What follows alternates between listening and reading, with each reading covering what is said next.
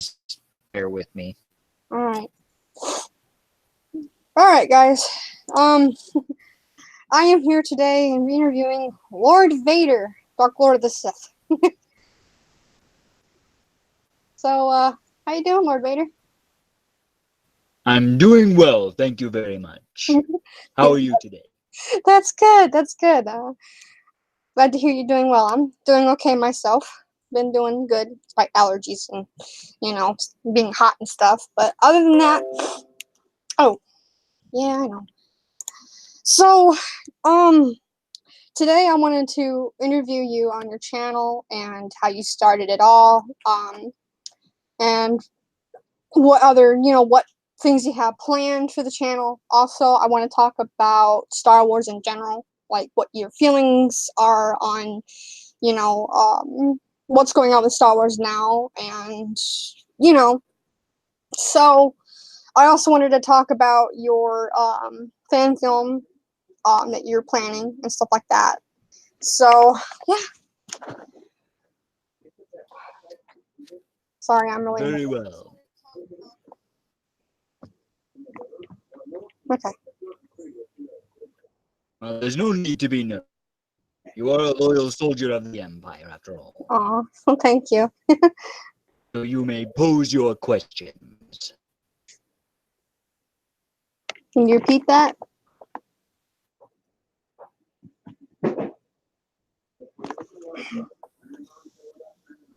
I'm sorry. You hear me?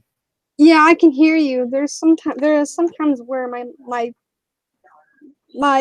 speakers on my laptop aren't that good for some reason. Hmm.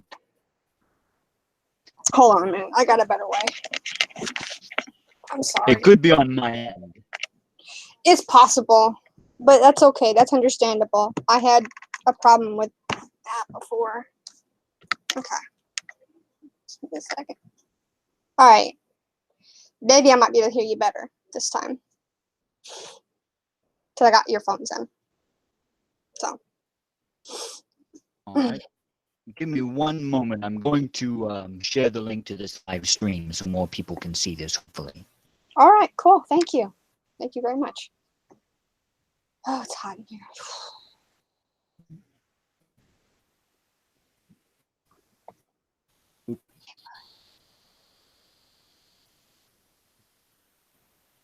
Give me just one moment here.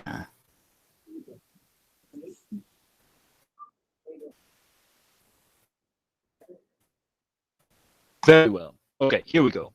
I just shared the link on Twitter, so hopefully more people will see it. All right, awesome. Thank you, Lord Vader.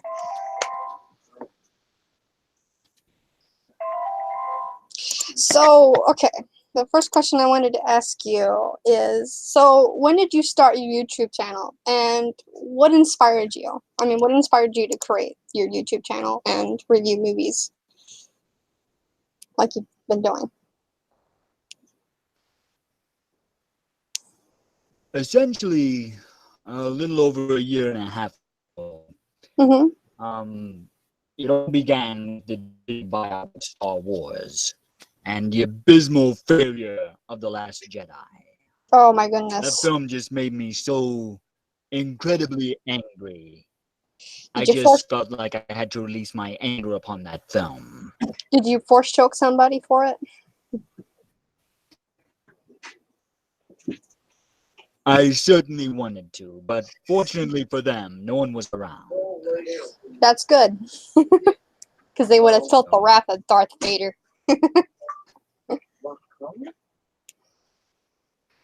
After my first film review, people responded so well. I decided to start reviewing other films, and the channel has continued to grow. So it's been a crazy year and a half for me because I'm used to conquering galaxies, not watching children's films and talking about them on the interwebs. But it's been a lot of fun. I'm glad. I'm glad it's been fun. Your latest review, the Batman review, was spectacular. My mom and I both watched it just earlier, and the intro was so good. I loved it. Sorry. I can never resist an opportunity to recreate a scene from one of my favorite films. And as always, it's a lot of fun to get out my lightsaber and twirl it around a bit. That was epic. That lightsaber twirling thing, that was cool. That was really awesome. I love that bit. Love that part. There's going to be a lot more fancy lightsaber work in my fan films. Sweet. Awesome. That's great. Because it kind of reminded me of the scene where you storm into the Tantive Fort and you destroy all those rebels. Remember that? That was the general vibe I was going for. About that? What's that, Mom? Remember what we came up with the other day? No. With that part where is that the part you're talking about on Rogue One? Oh God. What was When Vader comes in and what song should we play to that? I remember that. Run to the Hills from Iron Maiden. That would be. I actually want to make a music video featuring you with that song. That sounds pretty wizard. I might just work on it this week, and when I do get it finished, I'll show it to you. I might even put it on YouTube for the heck of it. Okay. So, have you taken over any galaxies lately? Well, I was planning to go to Galaxy's Edge, but no one's there to conquer, apparently. So it seems kind of pointless. Yeah, that was a good one. Yeah, a lot of reviews I've seen on that theme park is just bad. I mean, I've even heard of people stealing merchandise and actually selling it on eBay. Not kidding. Yes, I saw those reports as well. Did It's you? a sad day when you can't get people to come to a Star Wars end. Yeah, I mean, I kind of have to say that Disney's getting desperate at this point. They're like, they're trying to find a way to get the original fans back, but they're never going to come back because we're just tired of seeing all their crap, You can only push people so far before they start pushing back. Exactly. Well said, Lord Vader. Well said. Okay. Got another question for you. So I wanted to ask you about your fan film. How is that going? How is that? Excuse me. It is progressing well. The man you saw that I recreated the Batman scene with, he's actually a good friend of mine that will be appearing in my fan film, as well as other fan projects. We have a lightsaber duel planned for the near future that I'm very excited about. Oh, Where that's he's going awesome. to play a Jedi. This is going to be sort of a tide people over for the main fan film event. Yeah. Oh, He's that's going to be playing a Jedi that I tracked down on a forest moon, and of course, spoiler alert, I win, but you kind of know that's coming anyway. But it's going to be how I win that makes it special. Commander Faust will be there as well, so it'll sort of be a small test run for the fan film, as it were. Oh, that sounds epic. Sounds totally wizard. Yes. He's also going to be playing one of the rebel soldiers in the main fan film. So Okay. he's going to have a substantial part in the film, but a much cooler part in the short because he's going to be a Jedi then. But he's only a rebel scum in the main fan film. Okay. That sounds really cool. But I know I can count on him for dialogue. So he's a great actor and voice actor in his own right. That's awesome. That's awesome. But you always win, Lord Vader, no matter what. Yep. I've heard there's this new fan film circulating where I fight Kylo. I'm going to have to make a reaction video to that. Yeah, I saw that. I may be doing that next weekend, but I'm not sure. Yeah. Well, I can tell you. I've heard some people tell me that I may be displeased with it, how it turns out. But we'll only have to wait and see. Yeah, I saw it. I don't want to spoil it, but I didn't like it. That's all I can say. I'm guessing it was made by a Kylo fan, so if I was to guess, I would say I'd probably lose. And if that's the case, I will be most displeased with the Yeah. But you shouldn't lose. You would crush Kylo Ren like the cockroach that he is, right? Because you're more powerful than Kylo Ren. All he's good for is throwing. I've heard the production value is high, so Yeah. at least it has that. Yeah. Personally, I'd like to see you beat Kylo Ren, to be honest. That's just me. I think that would be pretty wizard too, but I don't feel like wasting the cash for the Kylo costume so we can see it. Yeah. Yeah. He'd get more than a spanking, I can tell you that. He'd get more. He'd get a throat hug. It would be an annihilation. It would be a definite. Hold The thing, one question I would have is why he would be idolizing me in episode 7. Yeah. That's. I don't know. Much sense when you really think about it. Mm-hmm. Oh, that's what the internet is. Lots of weird videos, I guess. Yeah. Turn up my nose. Am I gonna join the live stream? Actually, give me just 1 second. Let me see if I can pull up the chat here so I can see how many people's on. No, I got that frog stuck in my head again. Oh, James, Mr. Pete. Awesome. We've got 4 people watching now. So that's cool. All right.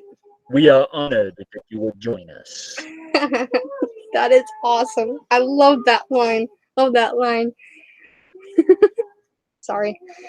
I'm gonna geek out. This is the thing I do. Anyway, let's continue. Let's see. I know, it's horrible, Mom. I know you get this stuck in your head, huh? Anyway, okay, so I want to ask as well, what other projects do you have planned for your channel? Like, what other, like, do you have any more cartoons planned? Do you have any more, I don't know. Just projects in general, you know. Aside from future fan film project in the live action format, we do have other animated shorts planned. Okay. Can't give too much away, but we may be bringing in the greatest bounty hunter in all of Galaxy in one of our fan shorts. Oh, sweet. So Mandalorian fans should be pleased with it. I'm in the storyboarding phase at the moment, but those things take much longer to do than live action films. And eventually, more funds through our PayPal. We hope to buy a Boba Fett costume so we can actually make a Boba Fett bounty hunting short in the vein of an old Clint Eastwood spaghetti western. Oh, sweet. Yeah. So we have several different things. We're planning to focus on the underworld of Star Wars and not just the Darth Vader fan shorts we're planning to do in the future. But again, once we can afford using the horns, so he will still be fighting in an ancient Sith temple. So that should be pretty weird. Yeah. Sounds like it. Hold on a second. But that's off in the future. I'm also working on some videos at the moment. The one here is very slow.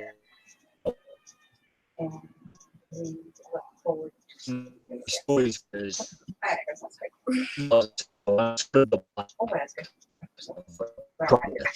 so as soon as I can get them drawn, release them. I was busy. I'm locked away in secret. Awesome. That's cool. That's very, very cool. I can't wait to see them. Can't wait to see it. That's awesome. Again, as the channel continues to grow, we want to bring other kinds of characters to the stream as well. Okay. So we're still piecing together the Stormtrooper armor, but that's taking longer than anticipated Oh, because it came really? in pieces and having to assemble the entire thing. Lord Vader. Oh, no. It's an honor. I've begun assembling some bounty hunter costumes. None that you've actually seen in Star Wars. I'm designing brand new bounty hunters that you've never seen before Oh, cool. for future fan projects. Mhm. I'm currently rewriting scenes, expanding different parts of the fan film to give different characters more dialogue. We're going to have the Emperor in the film. Oh, cool.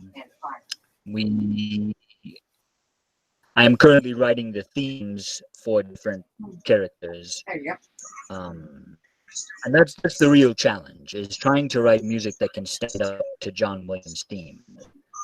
And, you know, that's no small task to try to write music that sounds like it can stand up next to Star Wars music. Right. But I'm going to do my best, and it's a lot of fun. Writing the music to these videos and scoring them for all the fan shorts and even my reviews, like the Batman review I just did. Mm-hmm. The most fun I have is honestly recreating the soundtracks with my MIDI square. Because little known fact, I've always loved music. It was actually what I was interested in before I got into pod racing. So, but yeah, it's pretty wizard. Yeah, I love your music and your I can't talk. I love your music and your reviews. It's really awesome. It sounds, because like when you did the theme for oh god, like when you did the theme for Hook, that was awesome. You recreated oh gosh, John Williams. Yes, John Williams, and he's a great composer. He really is. And Yes. Your music that you do in your reviews is just it's really pretty, really beautiful music that, you know. And the Batman theme you did was also very epic, because, you know, the Batman theme that they did back in the 80s, you know, it was, you know, very epic, and it sounded, your music sounded just like, except it had maybe a little bit of a different spin on it, you know, because, you know, I am sure that, you know, man, I don't even know what this. Anyway, but I know I mean, it'll make sense sometimes, but I love your music that you do in your reviews, because it's really awesome. I'm sorry. It's very good. No, you don't have to apologize. I'm It's okay. sorry. I get nervous Very and gratifying. I ramble. So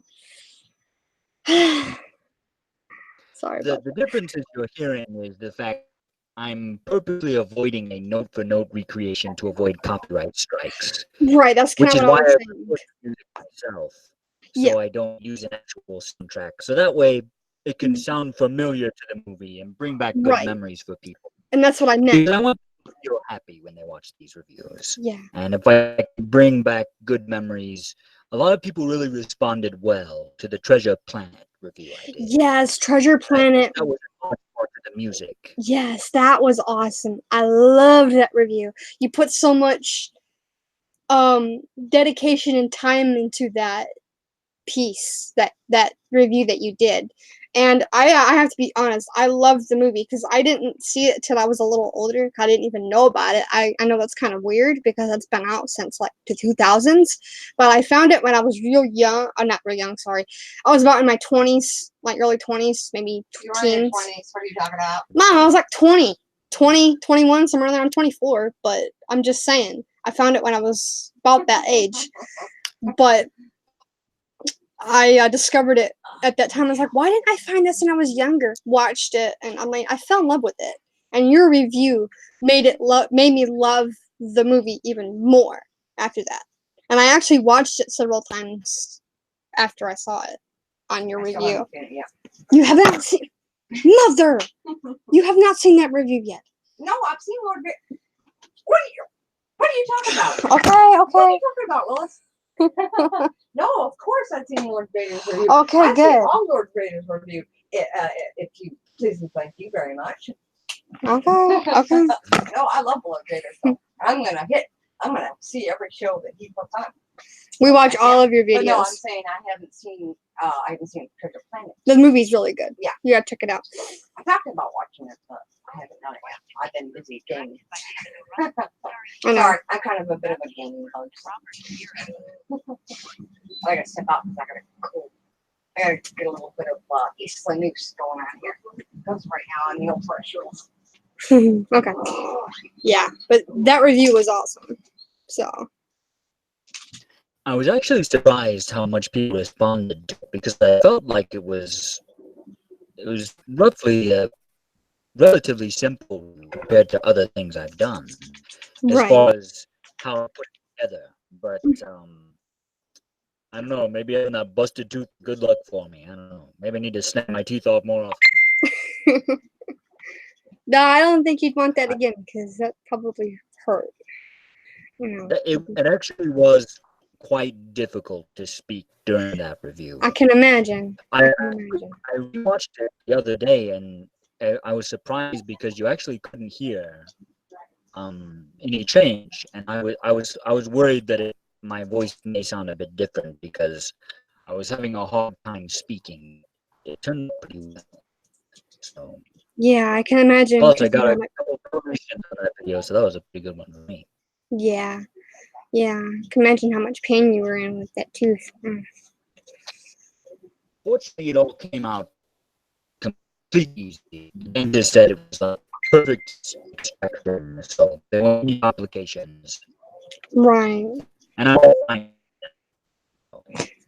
glad. I'm glad you feel better, cause yeah, I bet that stuff hurts. Anyway, goodness, what else can I ask you here? I've got stuff written down here, so okay. I wanted to kind of ask some funny questions, like comedy questions, like, let's see, like, oh, hold on a second, I just forgot it. Back on it. What does Emperor Palpatine do in his spare time? Do you know? Well, I think he spends most of his time pucking his throne with his butt because he's pretty lazy. He just sits there all day. I mean, he charges cell phones for people. He's in a good mood with his Force lightning, but if you catch him on a bad day, he uses it on you instead, and it's not fun, believe me. Oh, I can imagine. Being shocked by the Emperor is no fun. Probably gives you a bit of a shock, huh? Like, It is, yes. It's not a pleasant experience. Yeah. I've gone through it a couple times in my youth with Count Dooku, and that was enough for me. Yeah.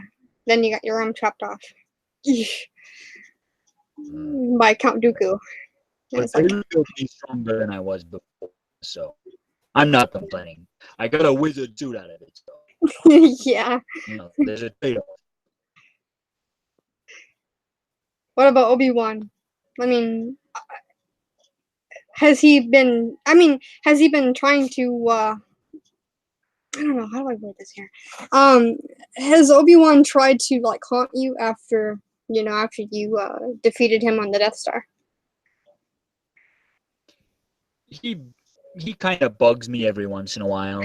Usually on Christmas Eve, he does this whole Jacob Marley thing where he tries to take me back from my past, and he just does it to annoy me, really. Oh boy! So I just sort of tune out.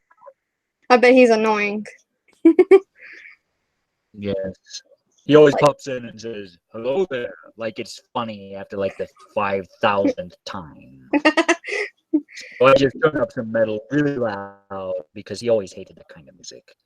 And eventually he leaves. So. It's like, hello there. Shut up, Ben. Right? Yes. And then they had the nerve to name my grandson after that dweeb. I couldn't believe it. Yeah, I know. Horrible, isn't it? A strange name of choice, I must say, because like if anyone would have named their child Ben, it would have been Luke, not Leia, because she didn't really have a particular connection with Obi. Right. Yeah. It seemed like they forgot about that when we read episode 7. Yeah, I don't really. Not to beat a dead wampa about this. Yeah, I agree with you. I mean, they should have named him Ben. I mean, he's not worthy of that title, because basically it's an insult to Obi-Wan, to be honest. I think so. That's my opinion on it. Because basically they're naming him after a great Jedi Knight, and then basically I think that Kylo Ren has destroyed the namesake of Obi-Wan Kenobi. If in my opinion he has, because he's named after a great Jedi Knight, and then it completely just his story in itself is just poorly written and everything. And it's like he's not a good character, Kylo Ren. So yeah. Uh-oh. We did. Uh-oh. We lost connection. No. Uh-oh. Lord Vader, you still there? Oh, shiitake. I don't want to say the S word because what's a good Star Wars word we can use, like Banta Voodoo? Oh shoot. Lord Vader. There you are. Hello, are you there? Yeah. Are you Did there? you lose connection? Sorry. I got cut off for a second there. Yes. We're moving through an asteroid field, so it's difficult to send a clear transmission. Well, the Emperor needs to clear the asteroid field, doesn't he? That would be convenient. Or Sorry just about that, but it's hard to That's get good Wi-Fi in space. yeah. That's okay. That's understandable, Lord Vader.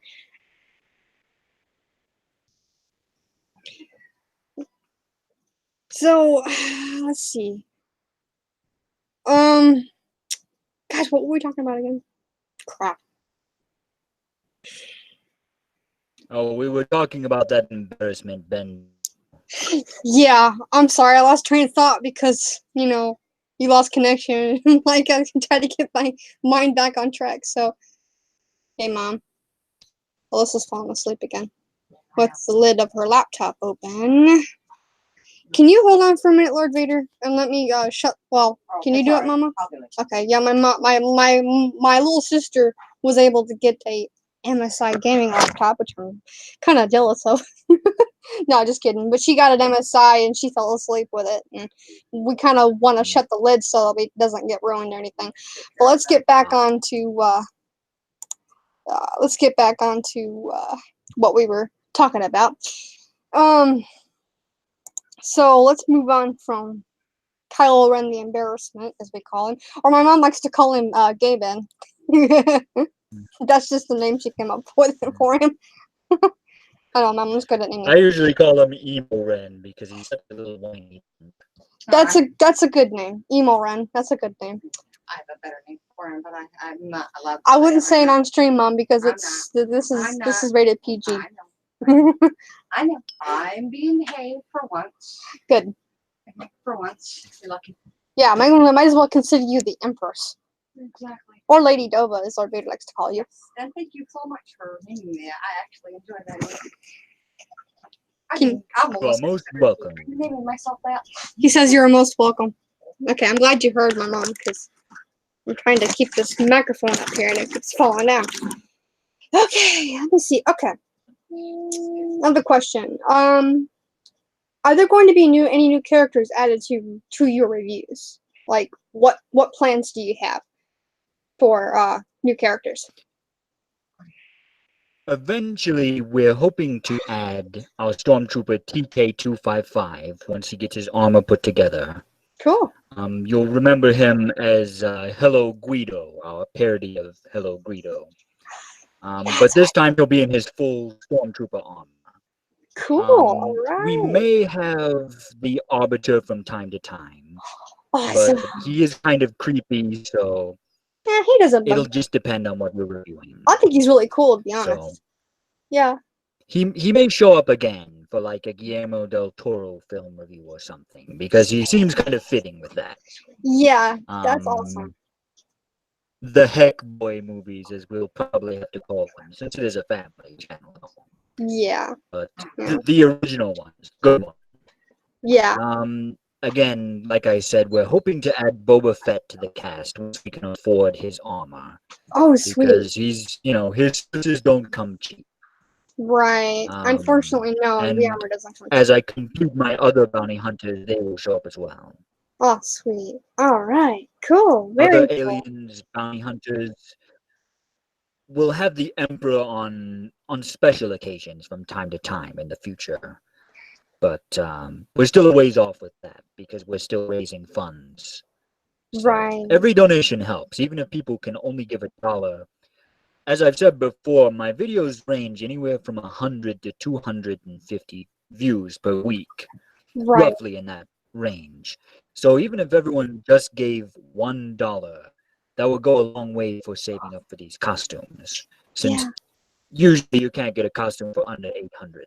Right. So Right. that's Yeah. the 'Cause big thing holding back the fan film at this point, is saving up for the costumes. yeah. Hey, Mom. Now that we have enough money coming in, do you think we could possibly help Lord Vader out? He's only asking for $1. I can't think. I'm sorry.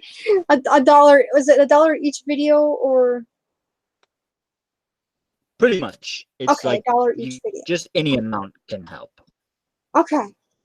You could probably contribute to that. What's your Well, we're not going to tell Dad because he doesn't know. exactly? That's what I just said. But your father doesn't. Sorry. But yeah, It's my money too. cool. No, yeah, because it is your money. You're supposed to spend it. Well, not really spend it, but use it for whatever you need to use it for. Anyway, but yeah, that's awesome. Like, I'm glad to hear that you're gonna be adding new characters to your reviews. We can see Arbiter and TK245. I think. It's T255. Yes. Okay. Okay. He's only been on once or twice. Darn. Well, hopefully we get to see him And more in the future. Also, yes, we're keeping Faust off the show because we don't want humor associated with Commander Faust. Oh, he's not the humor type. That's why he's not showing up in reviews. He doesn't have much of a sense of humor. He's kind of a stickler for Imperial procedure, so he will be in fan film projects, but he's not going to show up being all jokey in review. Right. Well, see, but you're Darth Vader, the most darkest Sith in the galaxy, but you still have a sense of humor. You know? Well, it's easy to turn on the darkness when I'm killing someone with a lightsaber, but Very true. if you're too goofy on film, sometimes it can be people's perception of your acting, because they'll remember when you were acting like an idiot in another film. It's like, try to imagine Jim Carrey trying to be serious. I know he's done it a few times in dramas, but I can never take him seriously in anything because he's made a career out of being a fool. So, so Commander Faust is just trying to avoid that. So, plus he's kind of a dude. Right. He will show up from time to time. Okay. But as you can see, he didn't feel like dancing during our big 1-year anniversary special, so he doesn't get involved with things. Right. Hold on, can I mute my mic for just a minute? Because we got some dogs in the bedroom and they're starting to bark. And I don't want all that to. Yeah, I'm sorry, Lord Vader. Worries. I just don't want any background noise to.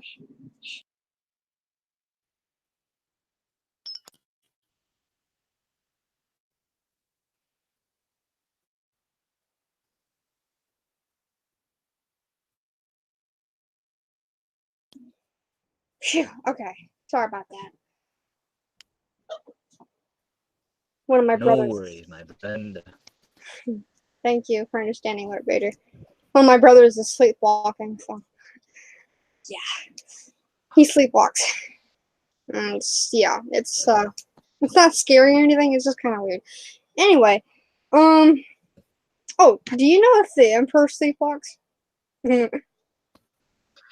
No, he doesn't, but he does snore something cool. You can hear Oh, it rumbling gosh. all through the ship. Oh no. He gets really gassy too when he eats like Italian food. It's bad. Oh It's really no. bad. Oh I have a no. respirator and I can smell it. Oh my goodness. Yeah, that's bad. Okay, do I have any more questions? Looks like that's it. Looks like that's all I have because I couldn't really think of anything else to ask you. I guess we could kind of go off the, well, not really off the chain or anything, but like kind of off topic. Like maybe talk about Star Wars in general. Like. So my question to you is, do you think there's any hope at all for Star Wars? I mean, As far as the Disney era of Star Wars, well, I can tell. I'm talking about like the saga itself. I mean, like the original. they would have to pull off the biggest cinematic miracle of all time to make this sequel trilogy actually pay off. Yeah. I hope they can do it. I would be happier beyond belief than I can express to be wrong, but I don't see JJ fixing this. Mm, He's yeah. like a starting pitcher. He's good at the beginning, but he's not a closer. So having him have to fix the mess Ryan Johnson made, it's not the best scenario. No. Plus, I don't know how much the studio is interfering with him as well. Yeah. Yeah. I don't think JJ is going to fix this. I really don't. That's my opinion on it because I heard about. I remember watching your review on the Star Trek. What was it? Which one did you do? I can't remember which one you did. It was Into Darkness, if I remember correctly. It was the one Okay, with Khan. you made a good point on it too. You said that JJ went to Star Trek, and then mucked around with Star Trek, and then once he saw Star Wars, blammo, he goes over to Star Wars and wrecks that too. So I mean, it's basically a coincidence because Star Trek was destroyed, and now look at Star Wars. Star Wars is in a pickle, basically. Mm-hmm. There's a pattern to his destruction. Yeah, yeah. So I mean, to the people that support, I mean, it's okay to. I guess it's okay to support JJ, but I want to ask why because I just don't feel that he's a good director or a good filmmaker, in my opinion. That's just my opinion on it. I mean, but if anybody supports, JJ, that's fine by me. I'm not gonna, judge anybody for that. It's their opinion if they wish it. If they wish that they like JJ, that's totally fine by me. But he is a great visual filmmaker. The problem is he tries to do too many references to other films. yeah, that's what I noticed too. I mean, he puts too many spin-offs or whatever to certain films that have been done already. And it's just, it's too much. Super 8 is a perfect example. He basically remade E.T., but he missed the heart of E.T. because in his film, the alien eats human beings, but I'm still supposed to root for the alien to get away from planet Earth at the end. And you can't have the friendship with a child when this alien eats human beings. Yeah. And what's worse is the way the alien communicates is if he touches you, he can feel your innermost thoughts and see all of your memories. So every time he's eating someone, he is aware of everything they're feeling. That would be like you eating a sentient cheeseburger. That would make you a pretty monstrous human being. If you could Yeah. feel everything your cheeseburger was feeling, you could remember all of its little cheeseburger memories, but you decide you're going to eat it anyway. Yeah, man, That that's would be terrible. that's And I'm gross. supposed to root for this thing. So he was trying to put a new spin on E.T., but he destroyed what E.T. was all about. E.T. was a friendly alien. Yeah. he was friends with the little boy Elliot, because like when he goes, he goes, E.T. phone home, that kind of thing he does. It's cute. I like that. But having a man-eating alien, that's disgusting for one. That movie scared me as a child. Did it really? Yes, it did. It freaked me out as a kid. E.T. scared a lot of And people. having that same alien as man-eating. Yeah. I would have nightmares for the rest of their life. Yeah, you wouldn't want a kid to see that because they probably wouldn't sleep at night. I can tell you that. I remember when I was young watching horror movies, I couldn't sleep. I don't know why, but it scared the crap out of me. How can a friendly alien like that scare Yeah, but you? I was like 5 or 6. Oh, that explains it. Been down He that is road. kind of a freaky looking I'm little about thing. the same age as He is. the little girl that played in that movie. The little girl that played in the movie, was she scared of him too? No, well, kind of.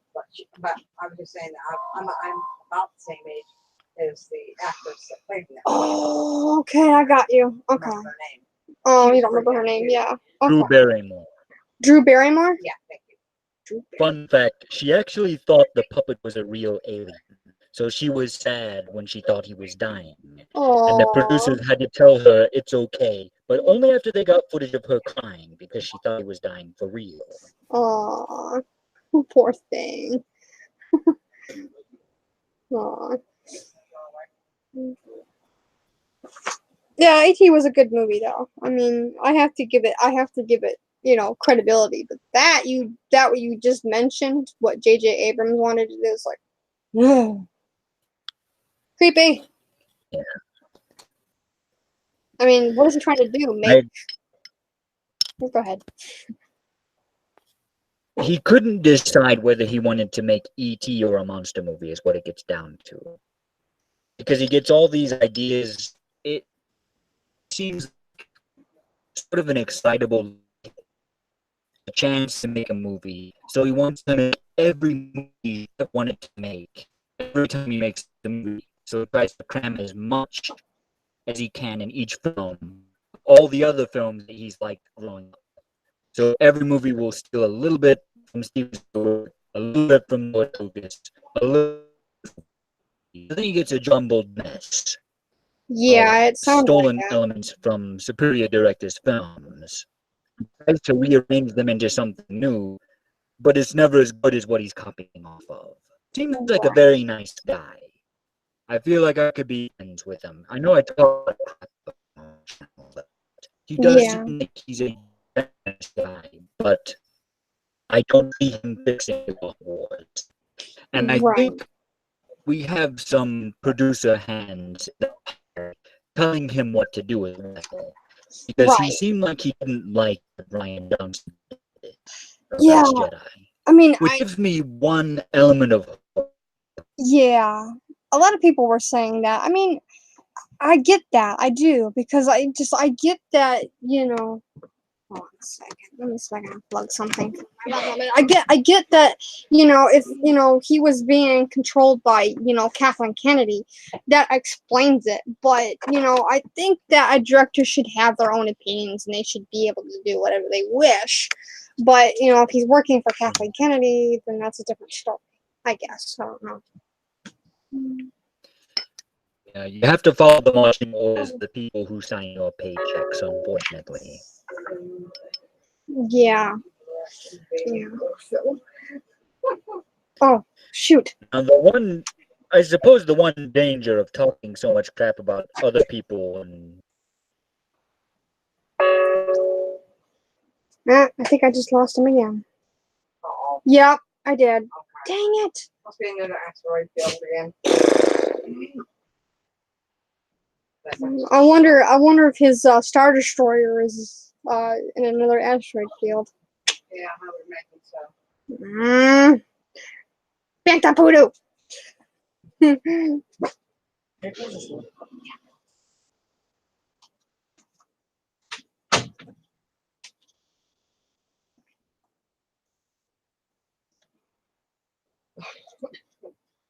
Guitar solo.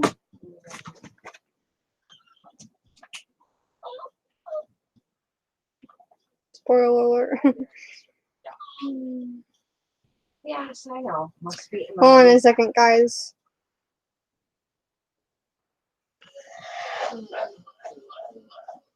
Daggone. What's going on with Brandon?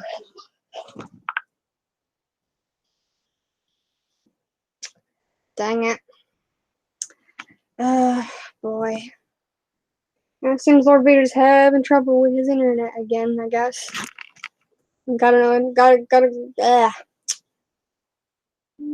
Having technical difficulties, I'm sure. Man. I would have to wait till he comes back through. I wonder if, it makes me wonder if the holograms have internet or something, or what do they call that? The HoloNet. That's it. Ah, there he is. The HoloNet. Ah, goodness gracious. Okay.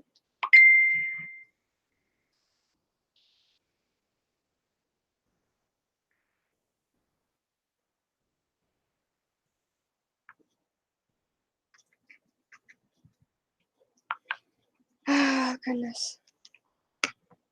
Alright.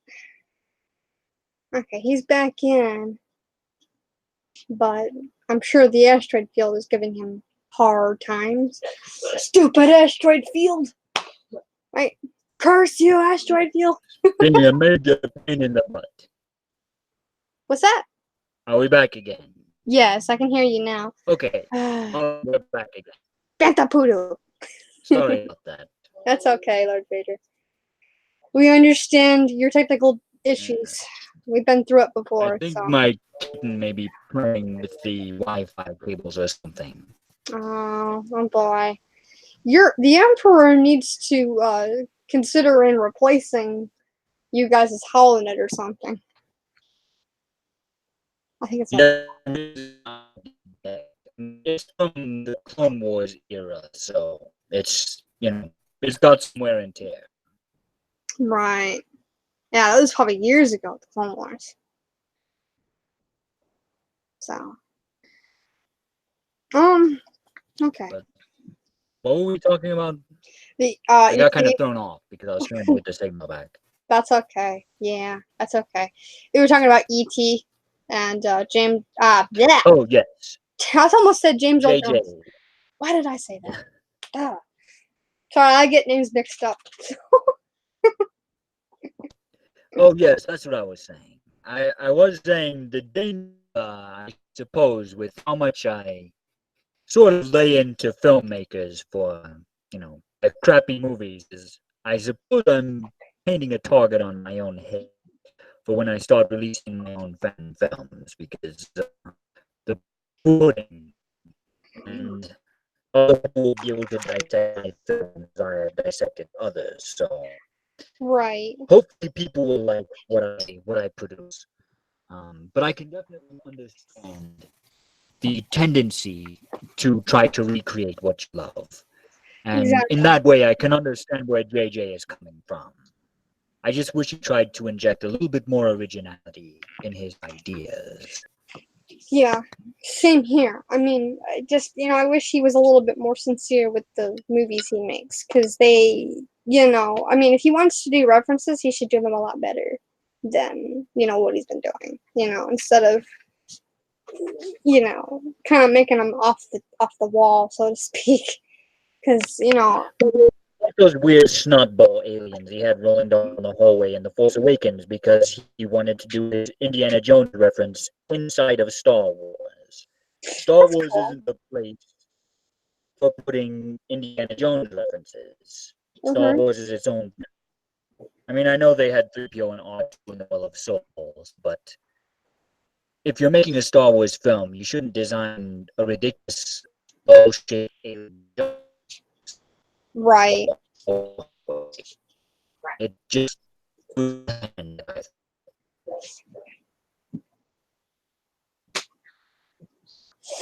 I agree. I do agree with that. He should just, I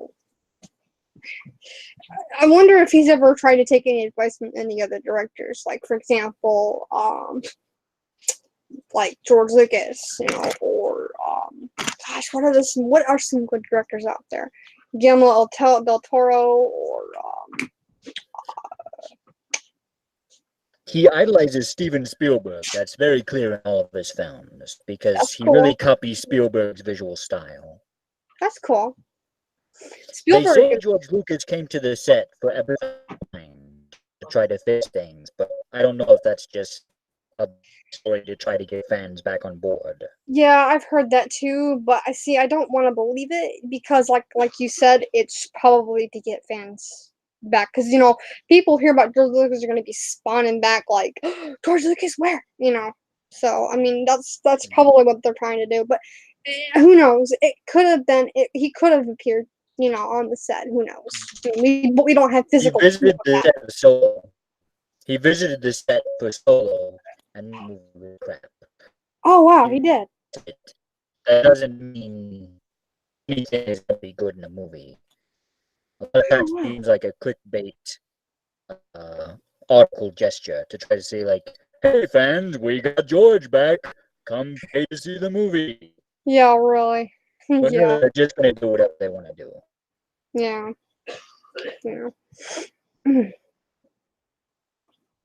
Allergies are really acting up. Sorry about that. Was I outside today? Yeah, I was because I had to do something outside. But yeah, when I step outside, it gets a little, yeah. But anyway, oh gosh, what else could we talk about? What time is it? It is 10:16. 10:16. Okay. But we started late. We started late anyway. So, Yeah, we started at what, like, Mom, like 9:30? I believe so. Yeah. Okay, 9:30. We have a few minutes, I guess. Yeah, I mean, I don't really have any more questions. I ran out, so. Do you have any more suggestions?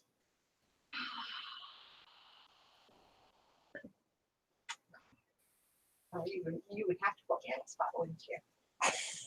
Well, I'm sorry. I just asked if you had any suggestions. I need to find out. I'm looking at this reading.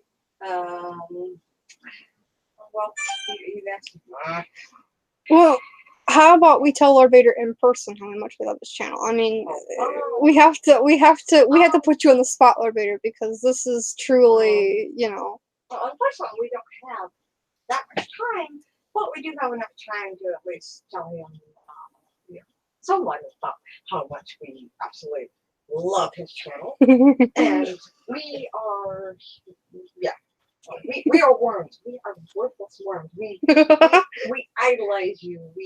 We've even thought about coming up with a what was it? A fan club just for you, my lord, because you were just totally losing. You by far. And this is my opinion, but in my opinion, I think you're the greatest YouTuber ever. It's true. It's true. I mean, you are the greatest. I mean, I look forward to your videos every weekend, and you just bring the magic back to Star Wars. And you basically, okay, so you fill in the, how do I put this? You fill in the blanks, so to speak, because Disney tried so hard to, please the fans, but you are doing so much better than they are because you're basically giving the fans what they want by making these awesome reviews, by making these awesome fan films, these awesome, these awesome shorts that you've given us in the past few months, like the Vader short and the Indiana Jones crossover. That was epic. I love the cartoon because the cartoon was so visually gorgeous because it was so beautifully drawn. The animations were smooth. They were perfect. It was like watching a version of it was like almost like watching Samurai Jack. I've seen bits and pieces, but it was also kind of like watching Dexter because you know how the visual effects they did on Dexter, sort of, because on the animation style, like they had Dexter getting into like this suit or whatever, and it kind of had yes, his yes. Yeah. I grew up watching back in the animated series, Samurai Jack and Dexter's Laboratory. Yeah, I can't So read it. it was a huge influence on the film. I don't think I've seen enough of the Batman animated. I don't think I've seen enough. I have seen bits and pieces, of here and there, but I may have to watch him sometime because I seen your fan film or your short, and I loved it, and maybe I should probably watch the Batman because I've only seen a few things of Batman, but I have, but I'm old enough to. you remember them? Yes. Oh yeah, I used to watch them when I was a kid. Cool. Highly recommended. It is my favorite version of Batman. Okay. Yeah, I'll have to see if I can find the cartoon animated movie that I found. Or not found.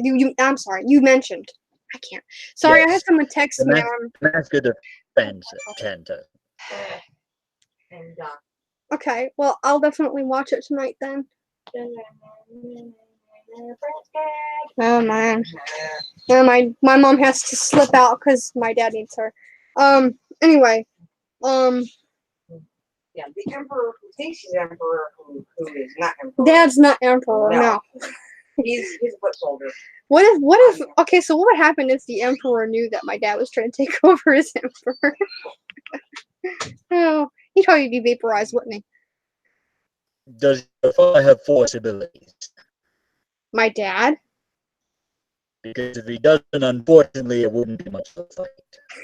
I don't think he does. I don't really think he does have. If your father has the force on his side, if he doesn't, unfortunately, I think it would be a pretty fight. And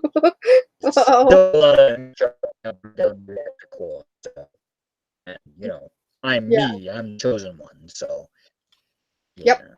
A regular dude probably wouldn't be able to do too well.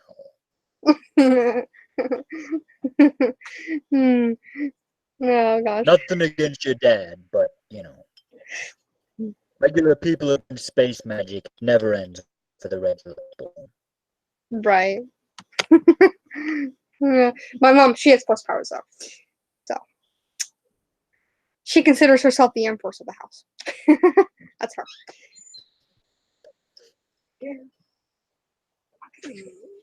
Mom. Or is it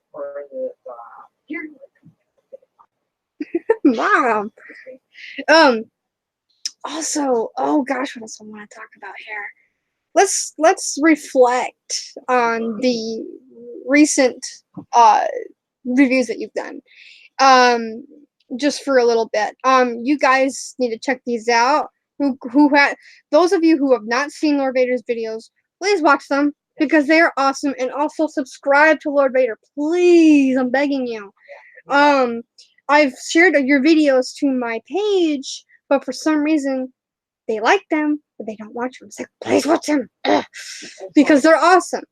And also share them as much as you can, because I actually literally share them at least 3 to 4 times. At least I try to share them as much as I can until I'm blue in the face, because I want your channel to get noticed. I want your channel to grow. It deserves to be big. Yes, It deserves to have many subscribers. Yes, many. Yes. Sorry, I got something in my head. I'm sorry. Anyway, Okay. but both of your efforts and all of your kind words are great, and it's actually. Oh, you're breaking up.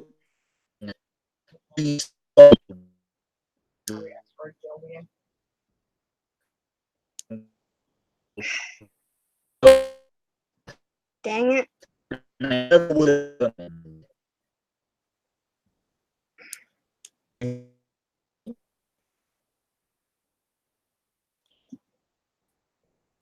He's breaking up again. Bad. Sorry, the signal's pretty weak right now. Yeah, I can hear you now. It's just it keeps going out for some reason. I don't know why.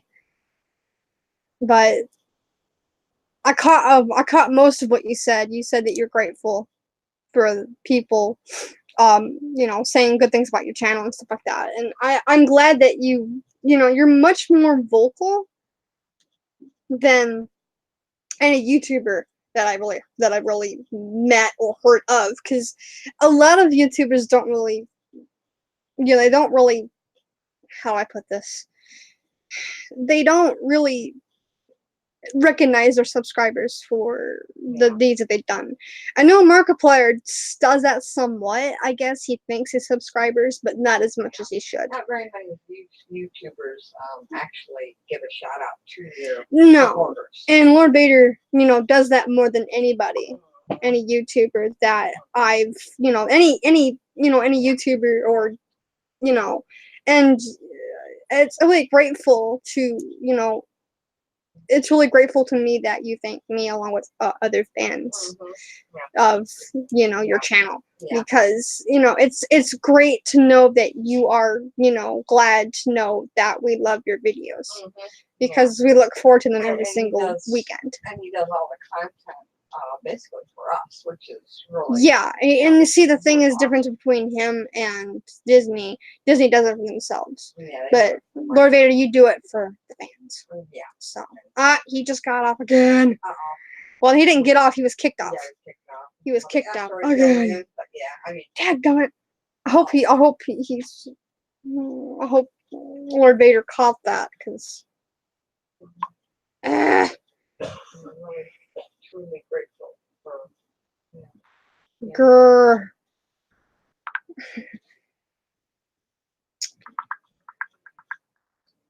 I got someone texting me. There he is. Oh my goodness. Oh wow. Well, let's wait for Lord Vader to come back on real quick. But it's like Tim has messaged me again, and he's making more chest boxes and more belt boxes as well. That's cool. Yeah. Looks like they've got working lights in them. Can you hear me? Yeah, I can hear you now, Lord Vader. Ugh. Good. Sorry about that. But I don't know how much of what I was saying got through, but what I was starting to say was it's very gratifying to me how much people enjoy the channel and how important it is to people. It always shocks me, because I've had people tell me that this channel actually helps them get through the week, that they look forward to it every weekend. And it's revitalized their love for Star Wars, and that means a lot to me, that what I'm doing can bring joy to people's lives, because there's so much negativity out there. There is. And I know sometimes I can be a little rude when it comes to certain movies I don't like, but I always try to do it in a jesting sort of way, so Right. it's not completely mean-spirited. Right. Because at the end of the day, I'm hoping to entertain people. And one of the main things I want people to know watching the channel is to never let people try to shame you for your opinions on a film. If you disagree with what I say, this is my opinion. You don't have to share it. You can listen to my opinion, but have your own. Don't let someone tell you you have to like something, or that you can't like something. Right. It's very important for people to feel like they can be who they are. And that's one of the things I want people to understand, to be happy, entertained, and to feel like they belong somewhere. And fortunately, it seems like a lot of people are feeling a sense of community with this channel. It continues to grow. I just really want to continue to foster this puzzling that comes along with the channel, because I've never had one angry or hostile comment. I'm very shocked, because whenever you state an opinion on the internet, you're basically painting a target on your head. Exactly. Yes. So,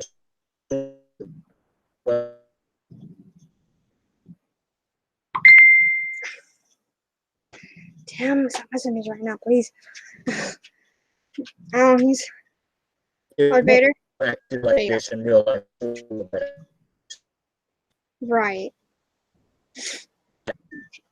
And that's very, I mean, that just hits the nail on the head right there. These are your opinions. If you like a movie you don't like a movie, you should be able to express your opinion about something. I mean, there are going to be times where people aren't going to like a movie.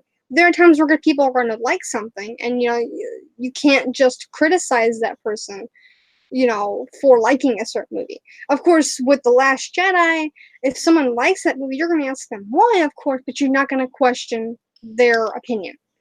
So, I mean, you're just going to question why they like it. And, I mean, that's totally up to that person. Yeah, that's their opinion. More power to them. What's their vote? And, I mean, I agree with you on some levels on that because, this is my channel.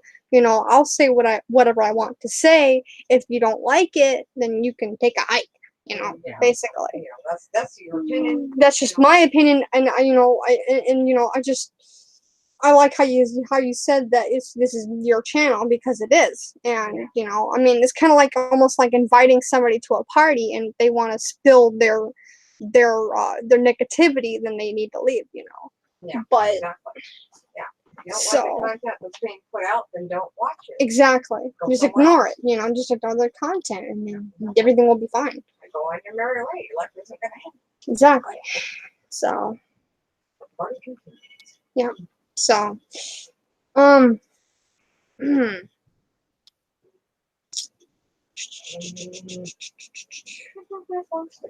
Oh yes, I forgot to mention too. You asked me earlier what other content we're going to be producing. I will be Yes. getting back to doing other drawing tutorials in the future. I've just been too busy over the last couple weeks because we just got a new kitten, and the little puffball is a pain in the butt. I'm always having to try to keep her from chewing on all my wires and cables, and once she gets a little older, I'll be able to get back to my drawing tutorials. Hey, Mom. But Do you know where the kittens are? Yeah, I could just imagine. We've got two ourselves. Let me see if my mom can bring me one, and I'll show you one of them. I mean, I can understand completely because we've got two ourselves, and they are hyper. So I can imagine your kitten is just as hyper as ours. They like to climb up the curtains. They like to climb up your leg. Ugh, hate that. yes. She likes to go after my cape quite a bit, which that's a big no-no, and I have to try to keep her away from that. Yeah, you don't want her shredding your cape. That would not be a good thing. I just got my new cape too, so oh boy. you can't really see it in my reviews because I can't do the full body head to toe shot yet. Darn But it. my new cape is pretty wizard, I gotta say. Trouble here. We have one. Trouble 1 and trouble 2. There we go. Oh. Garfield, or not? This is Midnight and Garfield, and they are trouble. Well, they want to be good. Hey guys. Yep. And I got a big kitty cat over here. His name's Jack. He's my cat, and he likes to get. He actually before we put that curtain there, he likes to jump out the window. But cats can be a pain. They can be. I mean, they're beautiful and majestic creatures, but when they get you a little too hyper, they can be a nuisance. Fortunately, my robot limbs can handle all the biting pretty well, but That's good because you won't be able to feel it. At least I hope not. they do shred through leather gloves pretty quickly though. Oh no. Yes. Hey, kid. Trying to get the little stinker to stop biting so much. Yeah, that's probably going to take a little work to get the kitten to stop biting you. She's just 6 weeks old, so she's just started roaming around quite a bit. Oh, well, Mom says that Tabasco sauce might help, but will that hurt him? No. Or hurt her? No. Okay. Because I think there was a guy on YouTube that did that. Guy that owns the Mean Kitty. Yeah. Because Sparta. They won't get their nose past the smell. Oh, so they smell. They don't like it. Exactly. So they won't even try to put it in their mouth. Oh, okay. So yeah. Yeah. So put some Tabasco sauce on your gloves and see if she likes that. If she doesn't come near your glove, that means she doesn't like the smell. Yeah. I guess. I don't know. So yeah, it won't hurt her. Sounds like a plan. Yeah, that's not a problem. only thing I can think of now, depending on or a how- spray bottle, but I don't know. That would probably, I don't know, because usually I've seen people use spray bottles too. Water. You're playing with my hair. Really? May we? Help. But yes, once she gets a bit older and she's more under control, I'll be able to return to my drawing tutorials, and we'll be making more of those in the future. So, Charlie, your don't make it your drawing you posted to Twitter was very good. I really enjoyed seeing your artwork that you did based off of the design of the cartoon. So Thank you. I worked very hard on it, so. it showed. It showed. It took You me about replicated the style well.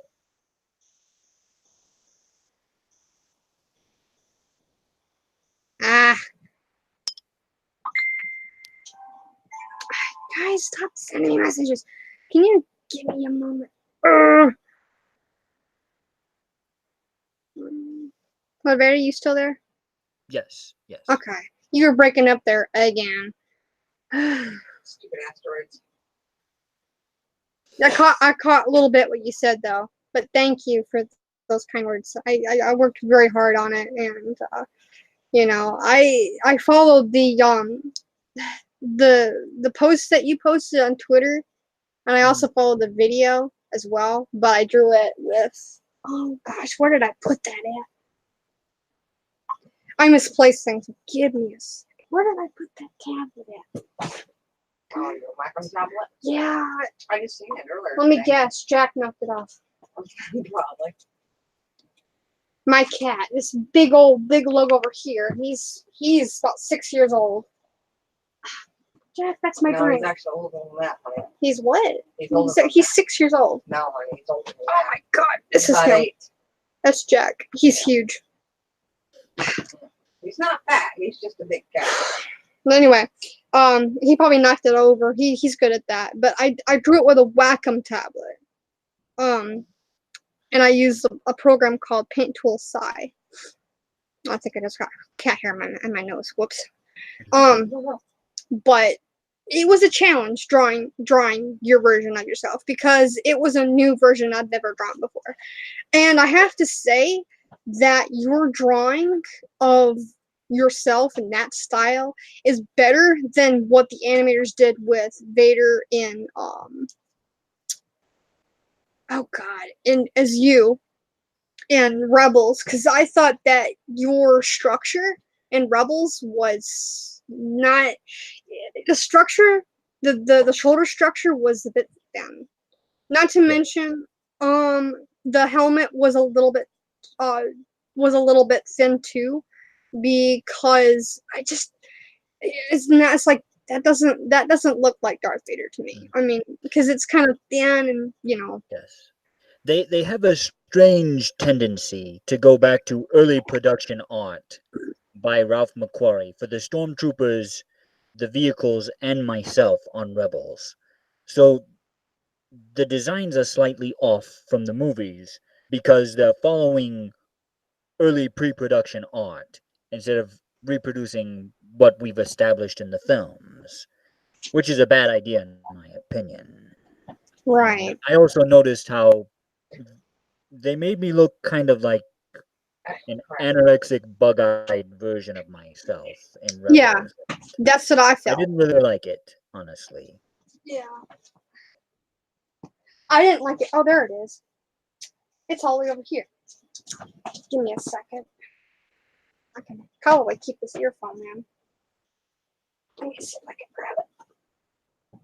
I actually produced the animated short with a small Wacom tablet. You did? I was using, yes, I used a freeware digital program called GIMP. Oh, cool. Yeah, I That's use the that program I animated all my frames in. And then I imported each of my frames into HitFilm to composite it to do the actual animation process. Sweet. This is the tablet that I used. This is a bamboo tablet. It's a bamboo Wacom tablet. This is the tablet I use. My mom got this at Cass Express for like $10. So, because I heard that you wanted people to draw your version of yourself, and I'm like, I freaked out because I didn't have any paper, I didn't have any pens or anything, and I'm like, crap, how am I gonna do this? So Mom told me that she found a Wacom tablet. I said, well, could you get it for me so I could draw this? And she got it for like $10, and I was able to draw it that night. Spent a day and a half drawing it, and voila. You did an excellent job. I'm Thank glad you were you. able to get that tablet. It looks really good. You and Elric Huga were the only ones who actually followed the tutorial and sent me artwork, but I was very happy to see both of your work because it's I always like seeing pictures of me, as arrogant as that may sound, but I'm pretty wizard, so it's always cool to see people's artistic interpretations of myself. Right. Lord Vader, you are mega wizard. Yes. Well, thank you. You're a pretty wizard yourself, Aw, thank and your you. mom too. Yeah, he said that you're wizard too, Mom. Yeah, my mom's.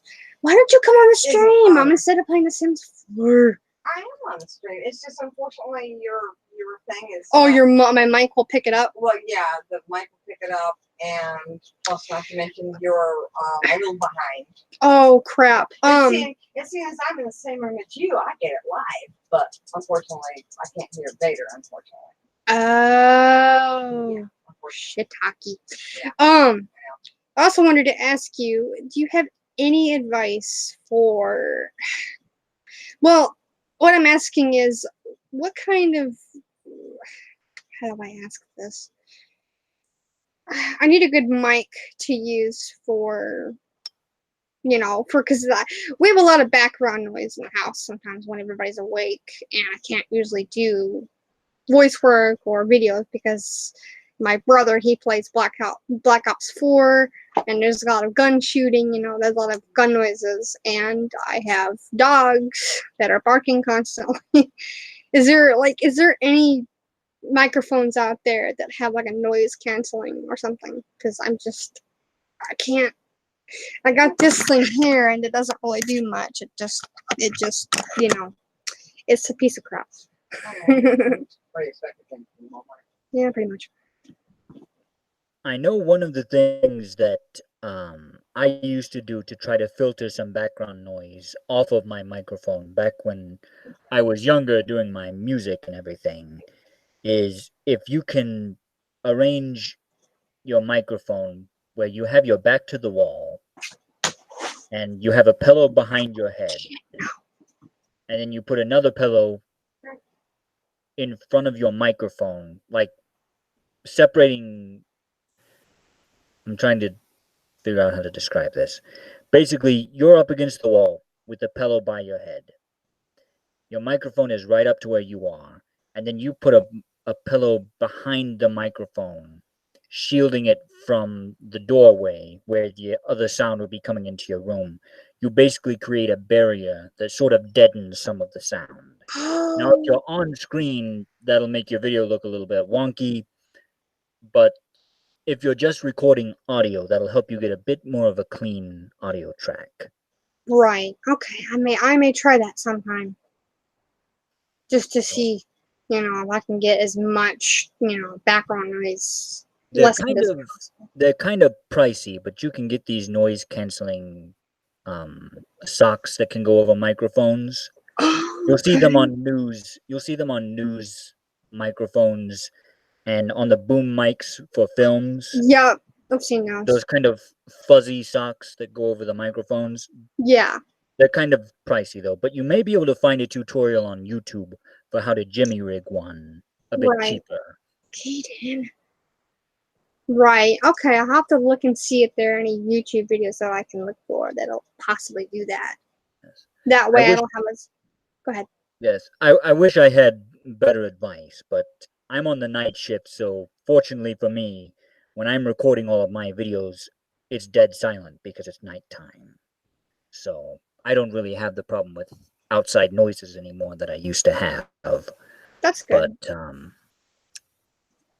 But yeah, there may be some tutorials for how to deaden sound on a microphone on YouTube. All right.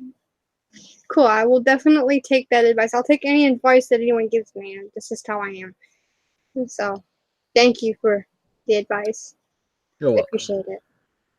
And if you're interested in making some fan films of your own, as long as your computer has at least 8 gigabytes of system memory, and I believe it's 500 to 1,000 gigabytes of hard drive space, you should be able to download HitFilm. Okay. It's the program I use for all of my lightsaber effects and all of my compositing. Okay. And really, the more people that make great fan films, the better we're going to be with Star Wars, because even if we're not getting what we want from the studios, we can still enjoy the main films, but we can also have these supplementary fan films to sort of give us things we would never see on the big screen, such as Scene 38. That was a perfect example. That was awesome. It's an amazing fan film. It's something they can't really put into a new movie No. because, Ben's dead, and so that would make it kind of hard to fight him. Right. But it was still filmed in the new style, so things like that. If people want to make their own Star Wars fan films, it's a lot easier than you'd think it could be. Right. Right. Okay. So I'll definitely I'll have to see if I can talk my mom over with that. Because I can probably upgrade the memory in this. I can also upgrade the hard drive in it.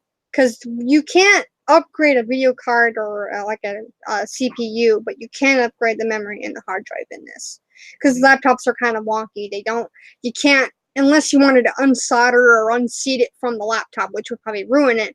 You can just replace the hard drive and you can replace the memory. So I'll have to see what I can come up with to replace the hard drive, because I've only got like 600 like gigabyte or gig of hard drive space for this, and I've only got 6 gig of memory for this. So I'll have to see what I can do to get more memory and more hard drive space. So, or I could just install it on a would that work?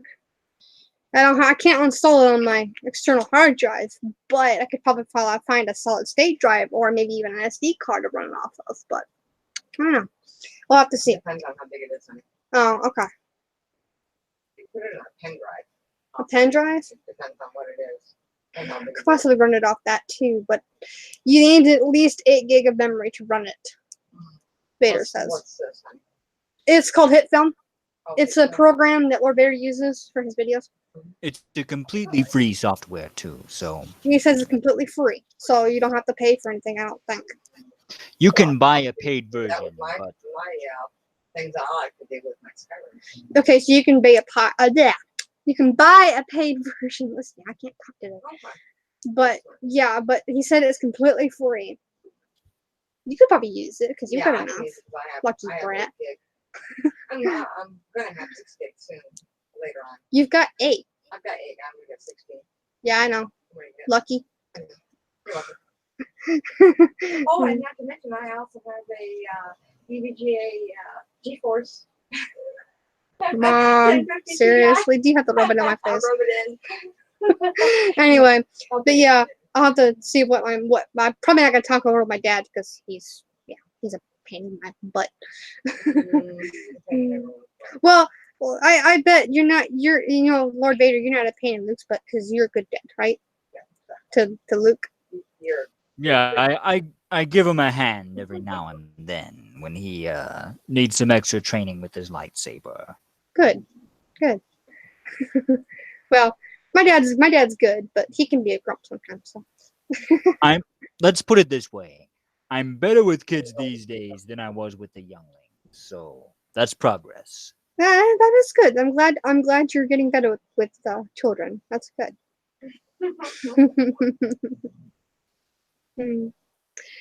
Yeah, did you hear about that? Did you hear that that at Galaxy's Edge, the employees didn't want anyone saying younglings there?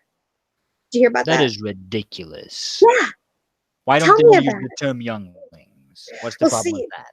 the thing is they well, I don't want this to go into like I don't want this to go into much detail, but these people from California and even people in Disneyland, they support abortion, but yet they want to go around and say that you were killing younglings. But the thing is that there's a difference between, you know, that and you killing younglings. I mean, it doesn't make any sense. Why would people throw a fit about Anakin Skywalker, you killing younglings? I mean, it's just you had to do it, right? I mean, you had to complete your journey to the dark side, unfortunately, and that was part of your destiny. That was part of your journey to the dark side. But in order to join it, you had to become a Sith Lord to overthrow the Emperor and throw his winkly butt down down the reactor core. Did they miss the fact that Yoda was the one who called them younglings? Yes, I mean I know that myself, but I guess a lot of other people probably forgot that Yoda did call them younglings. He even called them younglings in the Lego Star Wars. Those what did they call those? The oh my goodness, what did they call those? The like Yoda Adventure, something like that. I can't remember, but he called them younglings. Like, okay. That's ridiculous. I can't believe they're banning the term younglings from Star Wars. Oh. Yeah, I can't believe it either, Lord Vader. It's saddening to know that none of the park is going to be based off the original characters. They're going to be based off of the sequel characters, which I mean I am so glad. I don't have enough money, for one, and two, I'm glad that I don't live anywhere near California, because I wouldn't even go there. I wouldn't even spend my time and my money to go to a theme park like that. I just and not to mention, I even heard that some of their food is plant-based. And I'm like, okay. Because I don't think you guys eat plants, right? I mean, you guys probably eat meat, I'm sure. And Yes, I'm quite the carnivore. Well, I heard that You in haven't canon. lived until you've had a bantha steak. Believe me. Ooh, bantha steak. That sounds pretty good. Bantha steak. He's talking about bantha steak. But blue milk comes from banthas, right? Am I correct? They're pretty much giant space cows. So Mom. But I heard in canon that you eat something called Vita paste. It's like a substance that patients eat if they can't swallow, like because your throat yeah, my was. esophagus. Yeah, I got pretty much a bad case of heartburn on Mustafar. Let's put it that way. Ouch. So it makes it kind of difficult to swallow stuff. Yeah, I can imagine. Uh, It probably every great hurts. once in a while, I can muscle through it if there's a good bantha steak around. Oh, that's cool. You like bantha steak. That's cool. That's a good thing to know. That's awesome. Tauntaun's pretty good too. What is that? Tauntaun's pretty good too. The drumsticks are huge. Oh my. Tauntaun. Tastes like chicken. Tastes like chicken. Tauntaun meat, yeah. It may smell bad, kid. Wait. It'll keep you warm. And I thought they smelled bad on the outside. Yeah.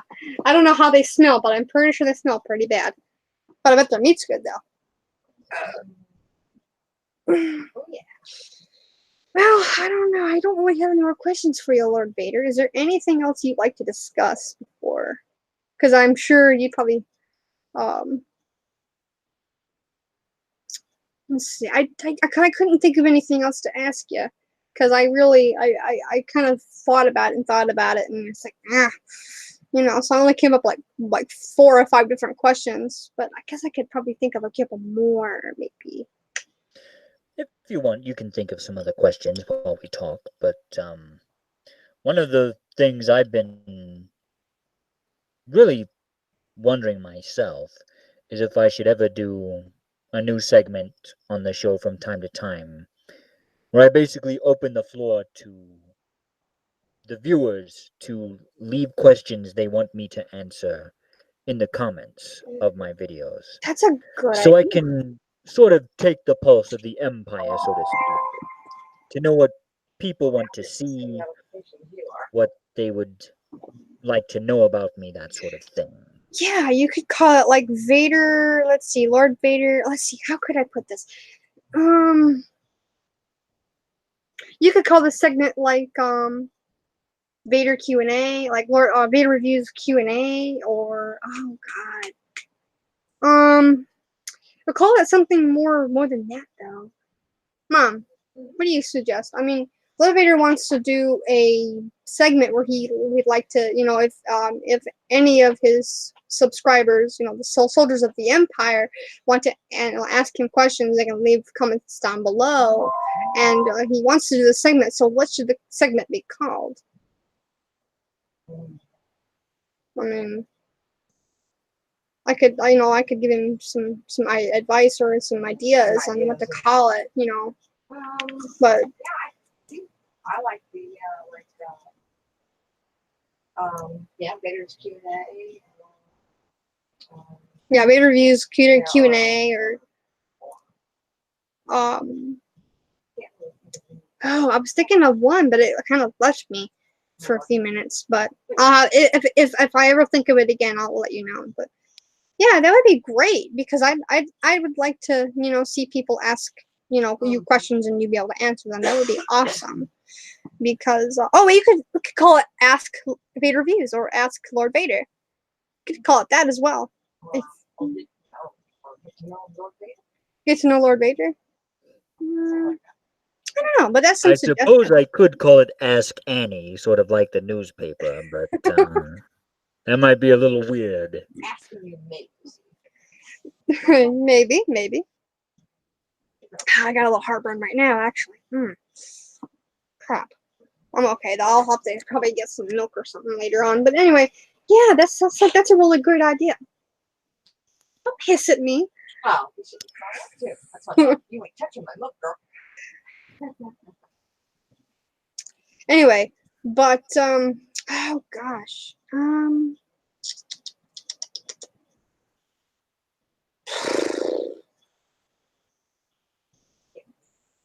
I mean, we got him right here, and it's like, you can't think of anything else. I know.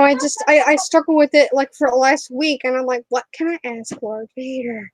Anything that I've always wanted to ask him. And Oh, well, I kind of thought about this earlier. What does I know? Master Yoda tends to visit Lord Vader from time to time. What do Lord Vader and Yoda do when they spend time together? Yeah, what do you guys do together when you spend time together? Well, besides watching movies to review together, we tend to play some video games every once in a while, and Oh, cool. so the little guy, I mean, you gotta play some old video games so he knows what he's doing. So he's anything but a side scroller. He's pretty much lost. So 3D gaming is too much for the old guy. So he's sort of stuck at Sega Genesis. But Okay. we play Ninja Turtle games mostly because he likes green, understandably. Yeah. But yeah, we have good times. He That's likes good. to play canasta from time to time, but That's cool. That's good. he gets kind of moody if he loses. So I just let him win mostly. Sort of like an 800-year-old kid. That's cool. That's awesome to hear. I've played some of the Turtles games myself. They are the bomb. They are wizard. They're awesome. I played the original The arcade game? arcade game. Did you? Yes, I did. That came out. How did you play the arcade game? Because it came out when I was a kid. Cool. Yeah, my mom, she loves Turtles too. She's definitely a retro fan. I became a fan when I was around 10. So, yeah. But I like how you. Hyperstone Heist was my favorite Ninja Turtle game. Hyperstone Heist. That's a good one. Yes. That's a really good one. Yeah, I've played that one before. Because I got these like little emulators you can play, like you can download, and you can actually download ROMs from a website or whatever. And then what you do is you put the ROM into the into the program, and you can play it on a computer or even on a cell phone or whatever. And I've actually played a couple of. Of course, I'm not really good at them because I kind of suck at the older games, but they are fun though.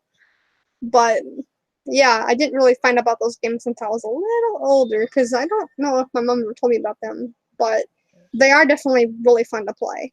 And I'm glad you and Master Yoda like to enjoy them playing them, so that's really cool. He always plays his Donatello. That's his guy. He likes Donnie. I love Leo. He's my favorite. Ralph's my dude, I gotta say.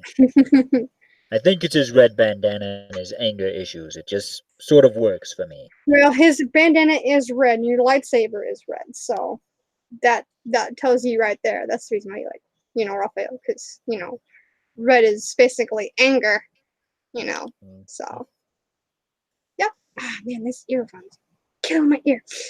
Gosh, I don't really have any more questions to ask you. I kind of ran out, but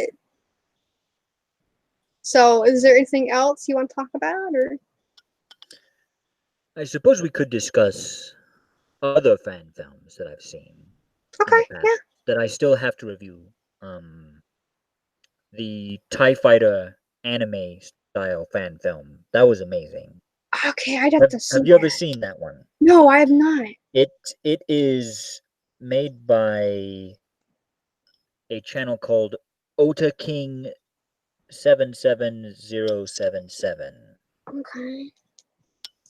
Just give me a second. Let me see if I can find that. Actually, if you just type TIE Fighter animation, you might be able to find it. Or And anime.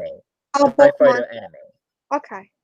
I'll bookmark it and I'll find it. Oh man, I'll bookmark it and I'll watch it because that looks awesome. That sounds awesome. I would watch the crap out of a show like this. If Disney put out animation like this, I would Yeah. absolutely love it. Okay. It's animated by one guy. One guy animated all of this by himself, Oh wow. and it's an amazing achievement. Um, a few years back, Machinima teamed up with Bat and the Sun to make a Darth Vader versus Batman fan film. Yes, I've seen that. I'm going to review that eventually. Okay. Let me see. Of course, I'm going to have to make my reaction to this Kylo Ren thing. Ugh, I don't like that one. Let me see. Someone just on Twitter, they just sent me something called Chad Vader. And I've heard about it for years, but I've never actually seen it. You've not seen Chad Vader? It's not bad. It's kind of funny, but Matt Stone, who does the voice of Chad Vader, not to sound mean or anything, not to sound rude, but his version of your voice, it seems like he inhaled like cephalohexafluoride and passed that off because I really don't think he sounded too good. I mean, now that I sit there and compare your voice to Chad Vader's voice, it just it doesn't seem as authentic. It doesn't seem because Vader really was good, but you see, the thing is, he got recognized by Lucasfilm, and I really wish that could happen with you because you have such a wonderful talent. Well, thank you. And you're welcome. You're I don't. welcome. I think I'd probably be on Disney's poo-poo list at the moment, honestly, because I haven't exactly been kind to their recent endeavors. Well, and I understand that. I mean, coming from a true Star Wars fan, such as myself, I would have to agree with you on that because I'd have to say that Disney's not been doing so well the past few years because the stuff that they come up with is just garbage, is crap, and I mean, everybody has a right to be angry with Disney. But see, the thing is that Disney doesn't have a right to be angry with us because they shouldn't have an excuse because they promised us good material, but then they didn't give it to us. And it's like they wonder why we're angry with them. But it should spell out for them clearly because they didn't give us what we wanted. So yeah, I mean, you have a right to be angry with Disney, like we are, because they they created these horrible characters. They ended up, killing off your son Luke, and in a very dissatisfying way. yeah. I mean, I was horrified when Luke died. I'm like, what? He's dead? No way! You can't kill off Luke Skywalker. That's just outrageous. I mean, it's like he just dies right then. It's like, well, what did he die of? And of course, a lot of people were saying he died of the Force. And it's like, the Force can't kill you. It's like, look what happened to you. You were burnt to a crisp. You were dying on Mustafar, but you kept yourself alive with the dark side of the Force. That doesn't explain, because how can the Force kill you? Because if the Force can prevent you from dying, like what happened to you, because you were lying there and the Emperor came and, comforted you while you were in a lot of pain. You were in a lot of pain and you went through these horrible, procedures. I mean, they put these tubes in your chest and they put this, they got then I guess like a tube down your, down your throat, and it goes on your chest, and you got all these machines hooked up to your body. That's gotta be painful. Without any anesthetic. Because I read The Rise and Fall of Darth Vader. That's a good canon book for anybody who wants to know. I read that back in 6th grade when I was young, because I saw it on the shelf and I'm like, I gotta have it. So I bugged my grandmother to buy it for me. I got it, and I actually read it about a few times. And it was really good, and I loved it. It was a really good canon book to go by because it explained what you went through. And that's kind of why that's why, you are my favorite, because your story was the most tragic, and I feel sorry for, you because of the things you had to go through during your life as a Sith and your life as a Jedi, because you are the most tragic character in Star Wars to date. I mean, and I think you're the most important besides, the original and trilogy and prequel trilogy characters, because basically the original trilogy and the prequel trilogy is all about you. Yeah, exactly, because he's the chosen one, and he was destined to bring balance to the Force, in which he did. Yep. So, yeah. Interesting fact, the subtitle of the original Star Wars was going to be The Tragedy of Darth Vader. I heard about that, yeah. But the studios told George Lucas, that's too mouthy of a title. No one's going to come to see that. So he dropped that part of it. Darn. I kind of wish they kind of would have made that, because that would have been really cool to see that. That would have been kind of cool to see the tragedy.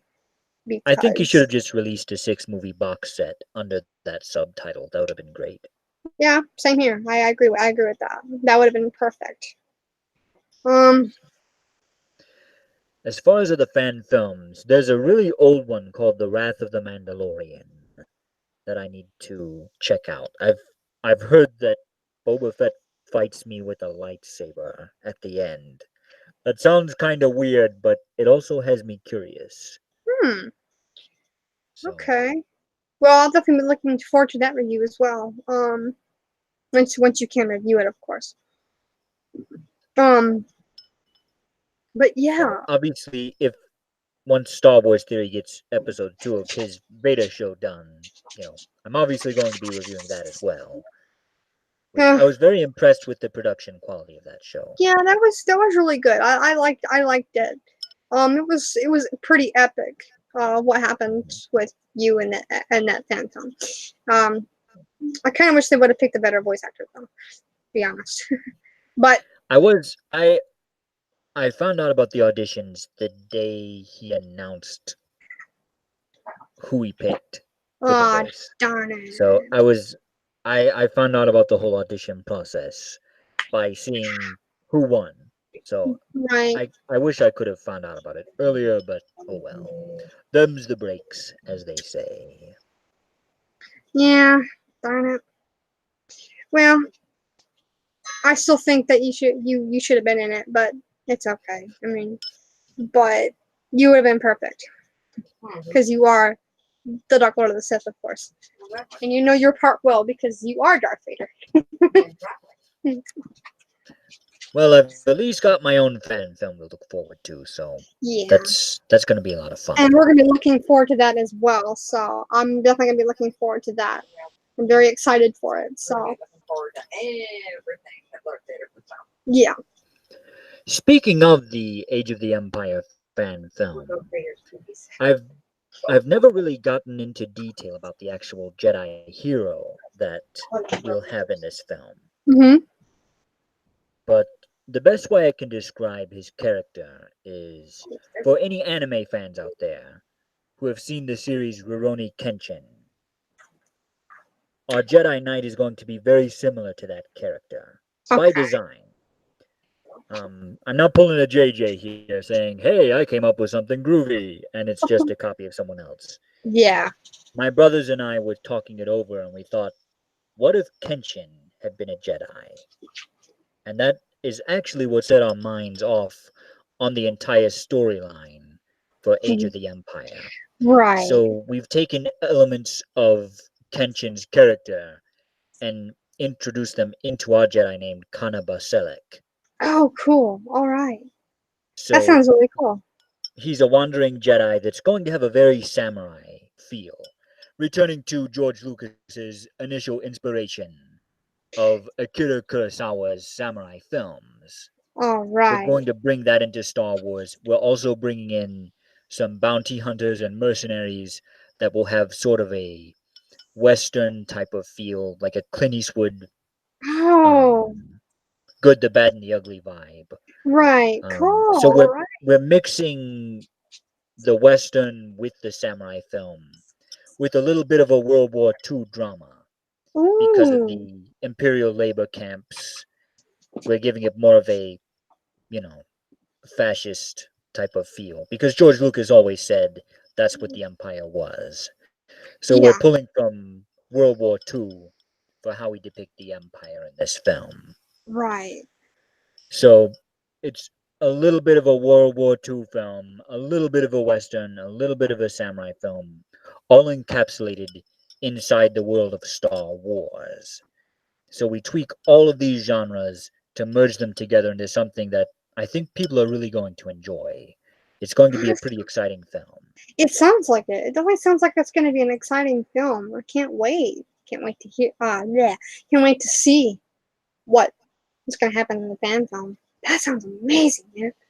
Yes. So we're going to have some worlds that are from Star Wars canon, but then other planets that are fresh new planets that we've never seen before as well. Because George Lucas always said that in every Star Wars film, he wanted to see something new. He never Right. wanted to go to the same place. They did with Jabba in episode 6, but he didn't want to stay there for very long. That was just to tie off the plot point of Right. the bounty hunters and Han and Carbonite. Mm-hmm. But he said if he had his choice, he would have gone to a new planet in every film. So while we have to stop off at Coruscant for a little bit, Mm-hmm. in our fan film, we don't stay there the whole movie. We're going to go to Gaul at one point. That's an old spaceport from the Shadows of the Empire. Oh, wow. We're going to be focusing on a planet named Kothis for a while, a Okay. planet named Tyrus. Now, Kothis and Tyrus, those are new planets that we've never seen before. Sweet. So it's hard to say too much about it without going into too many details, and I don't want to give away the plot, but Okay. there's there's definitely a revenge element to the storyline. Ooh, nice. One of the characters has sort of a Clint Eastwood Pale Rider type of vibe to his Okay. character, where he's Awesome. on a quest for revenge for something that happened long ago. So there's a lot of depth and emotional payoff to different moments in this film. We're going to have alien creatures. We're going to have some space battles with X-wings and Tie fighters. Pretty much everything you want in a Star Wars movie. It's going to be feature length, and eventually, what we're hoping to do once we have the fan film complete is in our local area, we want to see if we can start a local Star Wars festival where we play this in sort of an outdoor theater venue where we project it on a screen Um, and invite people who love Star Wars to just come to a local park and see it with their children.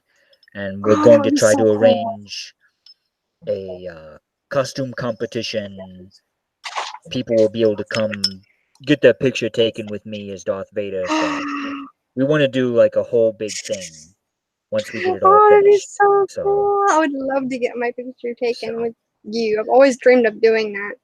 so But Yes, she has. and I'd like to meet other people, that like Star Wars as much as I do. Cause heck, I've always wanted to fit in, and to, because yes. I got picked on for liking Star Wars. So yeah. Mm. Anyway, but yeah, that sounds really cool. That sounds really, really awesome. That you know about the fan film, about the festival, and everything. I mean, the festival will be great because all Star Wars fans, true Star Wars fans, even probably fans that are new, you know, could come and enjoy your fan films, in a festival. That would be Yeah. cool. That's one of the things we're really trying to do with this fan film as well. We're trying to see if we can bridge every genre of Star Wars together, every era. It doesn't matter Right, if you like the sequel trilogy, the prequels, or the originals. There's going to right. be callbacks to the originals. We're Mhm. going to reference director Krennic for the people Okay. who love the Disney era, but we're Okay. also referencing the prequels heavily as well with the Clone Wars Oh and Order god. 66 for Yeah. people who love the prequels. I want to see if I can. I know it's kind of a tall order, and I'm not trying to exaggerate my own importance, but as far as everyone who sees this film, I'm hoping that I can sort of bind the fans together, so to speak. Right. Get it back to like we all love Star Wars. We're all Exactly. in this together, and we can all love this movie. Yeah. We can I'm all love hoping this that's what it will franchise. inspire for people. Yeah, that inspires me. I mean, inspires me a lot, and I hope it inspires other people as well.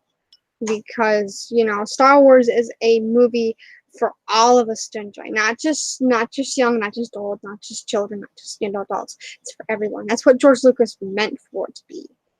That's what George Lucas wanted it to be. And I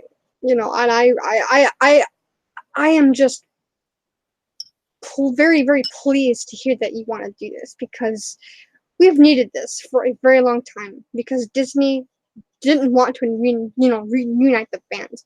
They wanted to separate them. That's what they've done, like what Brian Johnson did with The Last Jedi.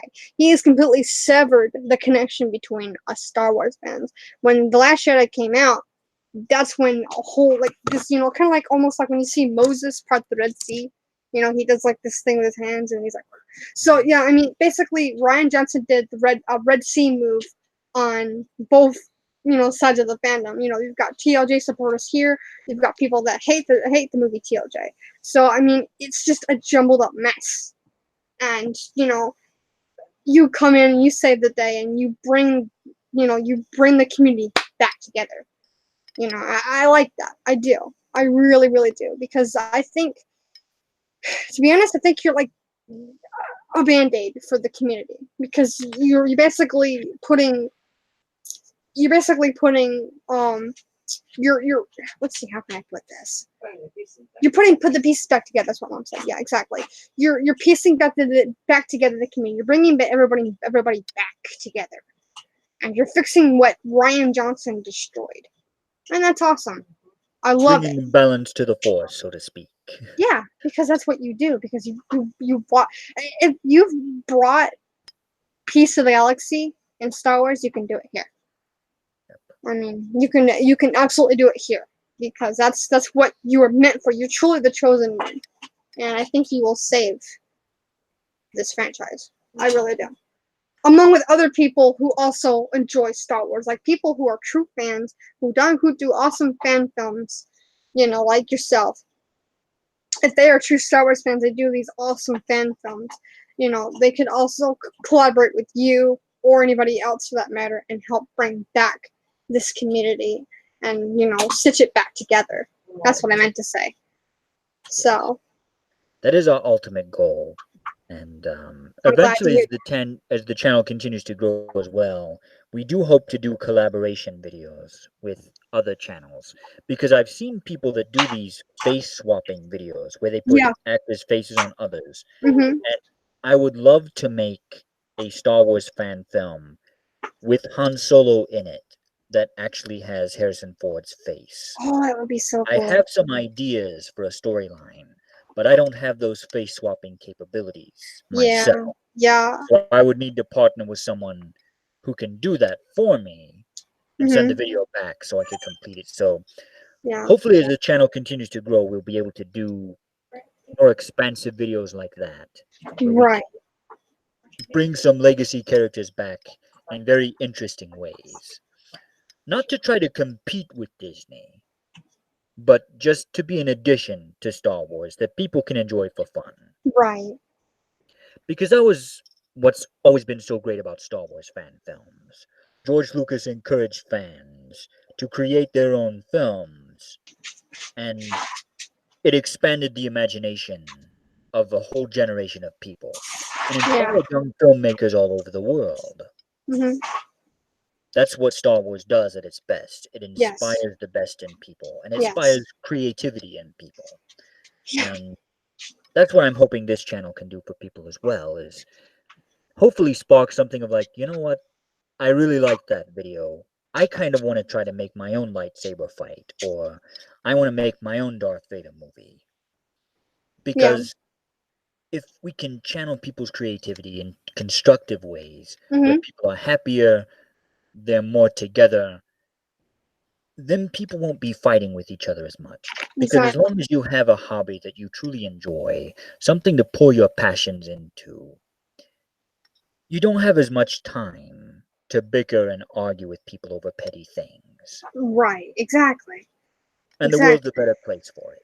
Yeah, because this bickering is pointless. It really is. I mean, bickering over TLJ, and it's like, if you don't like the movie, if you like the movie, that's fine by you. But please respect other people's opinions about TLJ, because it's kind of, it's just as simple as that. If you don't like the movie, that's totally fine. If that person, but if that person doesn't, if that person likes it, even though you're gonna ask the person why, still respect their opinion. I mean, there are several reasons why people like the movie. I don't like it because of how Luke was treated in the franchise.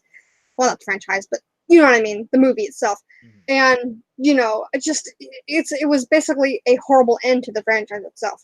So, yeah, I mean, I agree. People need to stop arguing, and need to come back together. So, yeah, And we will be releasing more information about this fan film as we okay, are closer in production. okay, Because at this stage, we're still writing the script, we're still getting the costumes together, which that's the biggest hurdle at this point, is okay, getting the costuming together, because Star Wars props and costumes aren't cheap. So, right. and And I understand that. we're creating new costumes that are completely unique, so we have to fabricate those ourselves. Mhm.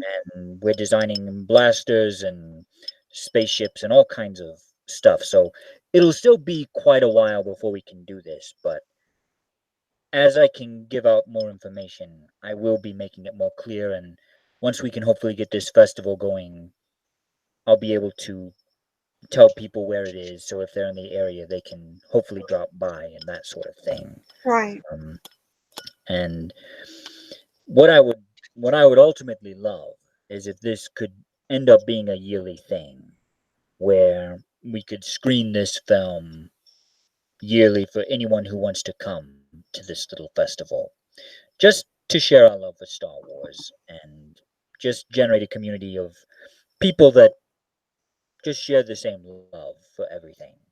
And Right. they won't be made fun of if they come dressed like Shakti or Chewbacca or Yeah. whoever they want to come as. Yeah. So, no slave Leia, because, I want kids to be able to come to this. And Yeah. there's certain decency rules, but, uh, that's the one tricky thing about Comic Cons, is Mhm. sometimes costumes aren't very kid friendly. But No, unfortunately. But yes, but Jedi and Wookiees and Sith and Stormtroopers, we're good to go with that. Yep, So, that's cool. but yes, well, hopefully, eventually, we can also have costume competitions and prizes, but that will only be long, long down the road once we have this well organized. But I have some people that are helping me out with some of the planning stages of it. So Cool, we're very we're planning more things than just videos for this channel. We have much bigger plans for what we want to do with this, and hopefully it can bring people lots of joy and happiness over the years, because I know Star Wars for me personally has been a very special thing my Yeah, whole life. And same here. seeing so many people saying that Star Wars is dead to them when they used to love it, Yeah, and seeing them throw away or destroy all of their old merchandise and collectibles and books, it's it's just heartbreaking, really, yeah, because I know they're going to regret the decision yeah, of destroying all that stuff someday. yeah. And if I can just bring some of that joy of Star Wars back to some people, then Hmm. I've done what I've set out to do. Yeah. Yeah, I've heard about that. People destroying their own merchandise. I would never do that. I mean, I love my stuff too much to do that. I mean, not more than my family, of course, but I do love it. I do love my collectibles, and I could never basically, I could never ever make myself or get myself to ever destroy my merchandise or anything, because I've collected this stuff over the years, and it's just a waste of money if you think about it.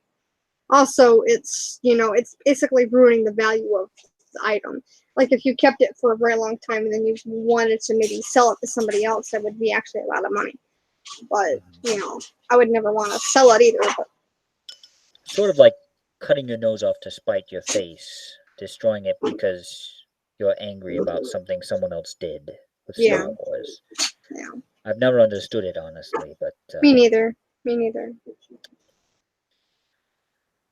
but yes, it seems like some people, they're starting to turn around, and they're starting to get their love of Star Wars back.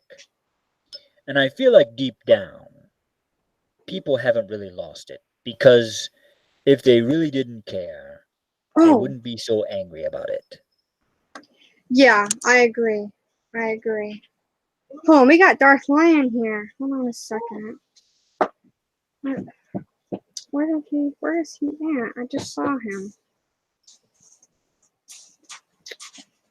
Got it. He hasn't answered me, has he? Which one? Oh, which one? Okay, hold on a second. Let me see if I can get him. He didn't. For some reason, my Twitter likes to act up. It likes to not message me, and I'm like, hate that. Mine does that all the time. Does it? Yeah, that must be very annoying. You want to go to your keyboard, but you don't want to do that because, yeah, or go and just rip the keyboard out with the force, right? Until I can afford a new Imperial laptop, I kind of can't use the Force on this one just yet. Yeah, I feel you there. I had a very bad laptop when I was, oh gosh, a few years ago, and when I install anything that I installed in the stupid thing, it would blue screen, and it would, like, even if I had if I downloaded a file or something, and not like, yeah, for example, I would like play Elder Scrolls games. If I downloaded one mod for a game, it would corrupt on me. I'm like, what? So yeah, I had to end up, scratching the drive and starting over. And it's like, ugh. So yeah, I feel you there somewhat. I understand what it's like, you know. Anyway, let me see if I can get the let me see if I can get the link to this real quick and give it to Shiitake. Okay, there we go. Finally. This phone. This is my mom's phone, but it's not that bad. Okay. Oh, come on. And I'm starting to get thirsty. Oh boy. Okay, there we go. I just sent it to him. So, wait. Hold on a minute. I just screwed up. How do I give him the link to the Hangouts? Ah, wait. No. See, this is why I don't like Hangouts, because it doesn't. That's screen share, that's showcase. Oh my goodness. I'm sorry. I don't really know how to work this. I've just started really using this. Finding my link. I'm new to the interwebs myself, so I don't know how to use them either. Yeah. Okay. Let me see if I can. See, the thing is that the Twitter for the desktop is laid out differently than. Wrong link. Sorry, buddy. Okay.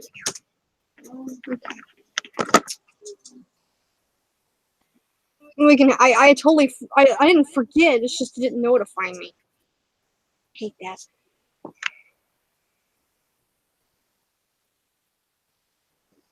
So, is there anything else you'd like to talk about, or?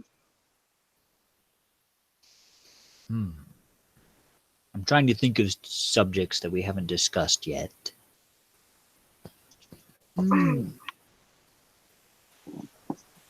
see.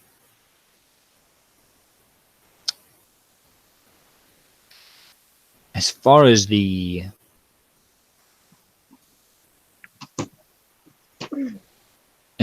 other Star Wars content to review at some point, I have had people asking me to review certain Star Wars games. Okay.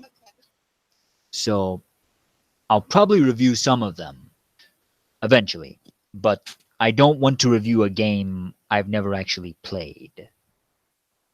Because, I don't want to give a secondhand review of basically watching other people's reviews and parroting what they've said. I always Right. like to give my own personal views on things. So some games I won't really be able to review because I've never played them. But if I can track certain games down, I will. Okay. Yeah. Anything Star Wars related that I can get my grubby little Sith fingers on, I want to review eventually. Right. So I still have the Clone Wars to review, but I Okay. only have 2 seasons of that show, Okay. which is why I haven't started reviewing it, because I only have season 1 and season 3. So Oh, it no. makes it difficult to review when you have a whole season missing out of the Yeah. chronology. Yeah. That would be difficult to review because you only have one, one or two. I have watched all of them that I have, but the story obviously skips. I can tell there are things that have been established and set up that I don't know about because I didn't see season 2. Right. But I really enjoyed the series of episodes where Anakin, Ahsoka, and Obi-Wan are on the planet with the father, the daughter, and the son Okay. of the Force. Those are very interesting episodes where there's basically this family that personifies the Force. There's the father, and then there's the son who's on the dark side, and the daughter who represents the light side. Oh, wow.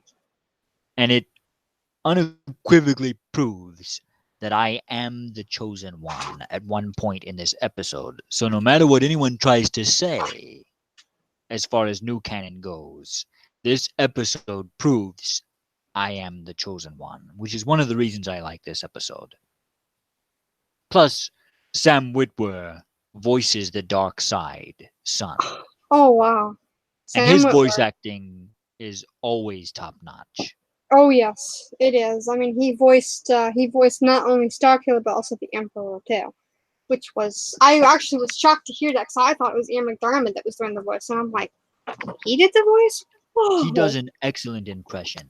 Oh yes, I could never do it. The Emperor voice. I could just never do it because, yeah, I could never master that. But My my friend that was in um the opening to my Batman review Mhm. tonight, he is actually going to play the Emperor in the fan film. Ooh. Oh, nice. So he's been a massive fan of Palpatine ever since he was a wee little lad. So Oh wow. he's Okay. going to be the Emperor. So we have his Cool. cloak, but I still have to make I still have to design and make the prosthetics for his Ah, face, but for the that face. takes latex and Yeah. all that good stuff. It's Mhm. kind of pricey, so Yeah, I heard. Yeah, I heard it's not very. It's not very cheap. but fortunately he's not going to be in it too much, so we Mm, won't have to worry about too many costs for the okay. Emperor because I already have the cloak, That's cool. and that's one of the biggest costs. So Yeah. I'm looking forward to letting people see those particular scenes because the interactions we have planned between Palpatine and myself and Commander Faust and the Arbiter, they're very good. They feel very much in line with the prequel Yes. era of Star Yes. Wars. They are very So good. I've been very pleased with how some of these scenes are turning out. Mhm. So that may sound a trifle strange coming from part of the writing team, but Hmm. you know, our whole crew has been working on this, so it's coming together very nicely. Awesome. That's great to hear. So the time frame of this film takes place before the events of Rogue One, a Okay. few years before. So the So, first Death Star is about halfway constructed when this wow. film takes place. So it's a few years after Episode 3, Okay. but not quite at the Rogue One time frame. It's sort of Okay. in between both of those eras. So around episode 3, episode 4-ish kind of Yes. era. It's in between those two eras. So Jedi are still running and hiding. They haven't all been wiped out yet. And the Death Star is under construction, but it's still a secret project Mhm. that the galaxy doesn't know about. There is still an Imperial Senate. So there's Okay. the illusion of freedom and a Senate. But slowly freedoms are being eroded and the more fascist nature of the empire is starting to rear its ugly head. And characters like Lady Rem, who is a senator, she is the one who's trying to petition to get these imperial camps shut down. Hmm. Because essentially, we have concentration camps in this film. Okay. The explanation we came up with was always that if it's just been 30 years since the Jedi were a completely known force in the universe, Mhm. why are there no force sensitive people? And why does everyone act like they've never heard of the force in just 30 years' time? Right. So the answer we came up with is since midichlorians can be scanned in your blood, and the more you have, the more potential you have with the force, Mhm. the Emperor does not want the Jedi to rise again. So he creates an imperial edict for regular blood screenings to determine people's midichlorian counts. And if they have a high count, they are sent to this imperial camp as potential Jedi in hiding. Oh wow. It's a way to exterminate future Jedi that could rise against him in the future. Oh, that's so cool. But wow, man, And that that's is the how. camp that Commander Faust is in control of. He's in Oh. command of this camp. Oh, okay. So it's basically a World War II theme where Lady Ram, a group of rebels, and our Jedi Kanaba Selek are tasked with liberating this prison camp for people with high midichlorian counts. But this camp has been also placed under my protection. because Jedi have tried to liberate this camp in the past, and I'm always sent to deal with them. So naturally, there is a conflict between myself and Baselak at the end of the film. Right. We were trying to find a logic as to why people wouldn't even think about the Force anymore, and why Luke was the last hope. Because if everyone has midi-chlorians, it stands to reason there could be someone else out there strong enough in the Force to combat the Emperor. But if he has exterminated anyone who is a threat to him, that would explain why Luke is so important in Yes. episodes 4, 5, and 6. Yes, that definitely explains why. So while it's not officially tied to the mythology of Star Wars, we tried to see if we could come up with a story that would explain things in a way that if fans want to say, I like that, I'm going to log that into my head canon, so to speak, as to how things happened. Mm-hmm. We wanted to try to come up with something that was plausible, that fit inside the universe, that could be a good explanation as to why the Force seems completely silent and forgotten by the time Okay. we get to episode 4. Okay. Man, that sounds really awesome. So naturally, I don't really like Faust too much because he's Mm. devoted to exterminating the Force, essentially. So I know Right. if he had his way, he would send myself and the Emperor to this camp to be Mm-hmm. exterminated because he believes in technology, much like Admiral Motti from A New Yeah. Hope. Yeah, I didn't like Enromati. He was a jerk. And Faust is from that sort of the new god of the Empire that Oh, trusts in technology.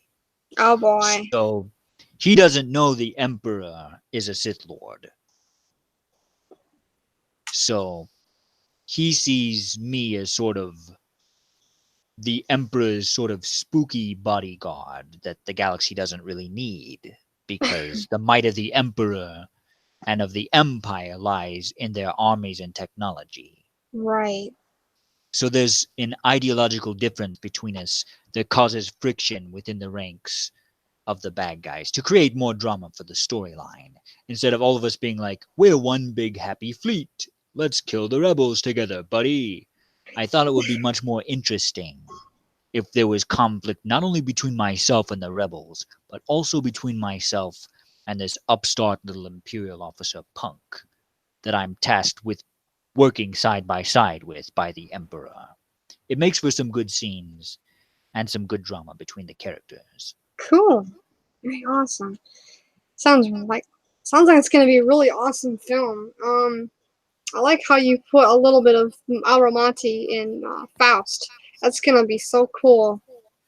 To see a character that's based off of Alramati from episode 4. So I wish there was more I could say about the film, but if I go any further, that's going to get into some major spoiler territory with it. Yeah.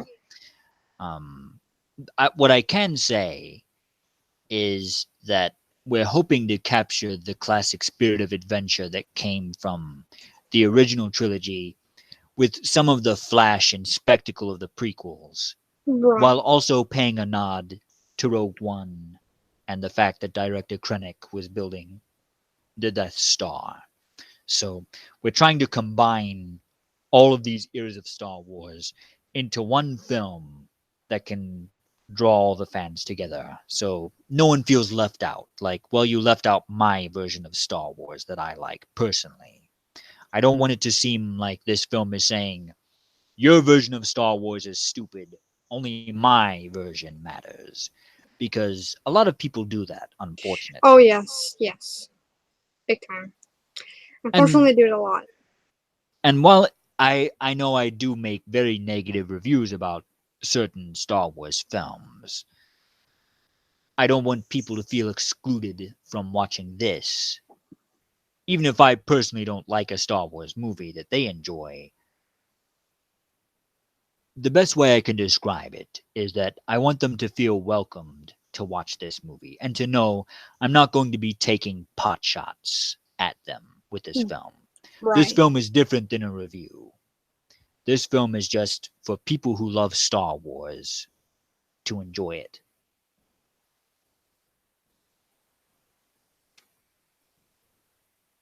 Yeah. So I mean, it's good to have people, enjoy a movie. If they don't like it, that's their opinion. If they like it, it's a different story. So yeah, I see where you're coming from. And as time goes by, we will probably release little shorts that will kind of introduce people to some of these characters, much like how we introduced everyone to Faust in that short scene where he and I are discussing Alderaan.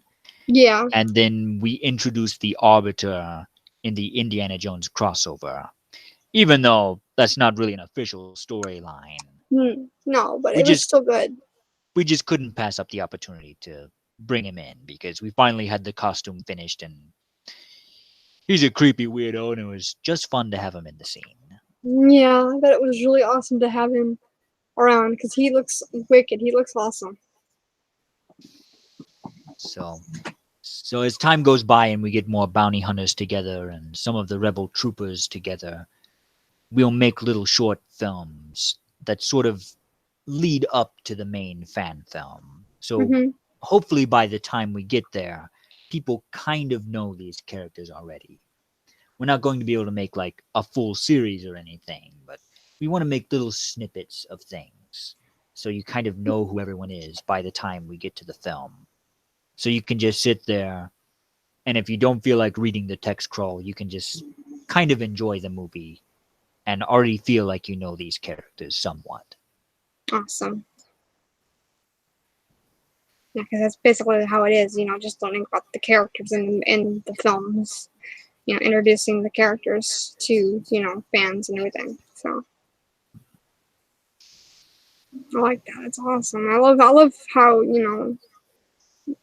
characters are introduced into movies, and you do it in a very good way. You introduce them slowly, but you also introduce them very well, and they really mix it well with what your fan film or your review is about, because they fit well into the category or the movie that you're talking about. Like, for example, the movie Venom that you reviewed, and you did that with Darth Maul. That was that was superb. That was awesome, because basically it was kind of his thing, because he's kind of because he is a Sith Lord, he's dark, and I think that with you and Darth Maul, that was really cool to have him review Venom together. So that was really cool. Plus, it was October, so. True. And he was kind of grumpy because he didn't get his violent movie he was hoping for, but he's always in a bad mood about everything. I can just imagine. I bet he's kind of hard to work with. He can be. He never wants to show up on time. He's always in a foul mood, no matter what you try to do. So I may see if he wants to review the Hellboy movies with me, but I don't know. I figure, he kind of looks like Satan, so those movies might be right up his alley. You never know. But it'll just depend on how bad of a mood he's in, I suppose. Yeah, true. We do need to get him back on the show pretty soon, though. Yeah. People ask for him a lot, but he's pretty busy running his underground crime syndicate these days, so it's kind of hard to get a hold of him. Always being a grump. Yes. Poor Darth Maul. So, and like I said earlier as well, eventually we will have the Emperor on one of these reviews, but we're still trying to get that arranged because he's a pretty busy guy running the galaxy and all. Yeah, I can imagine. I can imagine he's pretty busy because he's trying to take over the galaxy and everything. So Yeah. Ruling the galaxy isn't easy. It's not as easy as it would seem. Plus, the I can guy never imagine. sleeps, so Hmm. he's always battling fatigue.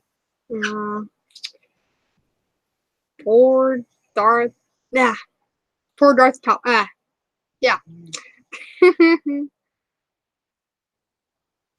Poor Emperor Palpatine. Darth Sidious. His laugh creeps me out, though. Just don't tell him that. That was the one thing that interested me about the Episode 9 trailer was Palpatine's laugh at the end. Yeah. I am very curious how they're going to try to bring him into this film. I hope they don't bring him back, to be honest, because that would ruin your redeeming. Because he threw his wrinkly old butt down the reactor core. You basically brought the force back into balance, and it was said that you would destroy the Sith, and you did. But it took you a while, but you finally did. But I that was was getting around to it. It took me a while. But yes. but that was your destiny. You had to become a Jedi. You had to become a Sith, and that's what happened. And then that's how you were able to overthrow the Emperor. And but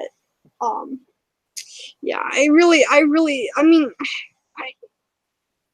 mean, if he's a hologram or something, which I guess that's okay, but it still wouldn't make any sense. If the Emperor was just a hologram. But people were saying they even saw the Death Star. The Death Star wreckage in the water, and it's like, well, how in the heck could people find the Death Star, and wreckage when it blew to space dust basically, above Endor? It exploded. And it was bits and pieces of dirt and debris flying everywhere. I just don't get it. I have a theory of how it could possibly work. Now, whether or not they will do it this way, I'm not exactly sure. But I'm honestly wondering if the planet they're on isn't the forest moon, but Endor itself. And if one of the larger pieces of the Death Star landed on the planet near Endor, and if Palpatine actually learned the secrets of influencing the midichlorians to create life from Plagueis, theoretically, he could have kept himself alive in the wreckage of the Death Star. That's very possible. It could almost work because, he was talking about Plagueis and how, Plagueis could stop people from dying. It's very interesting now that I think about it, that Palpatine must have learned this power to keep himself alive. But, who knows? I really don't know how they're going to pull this off.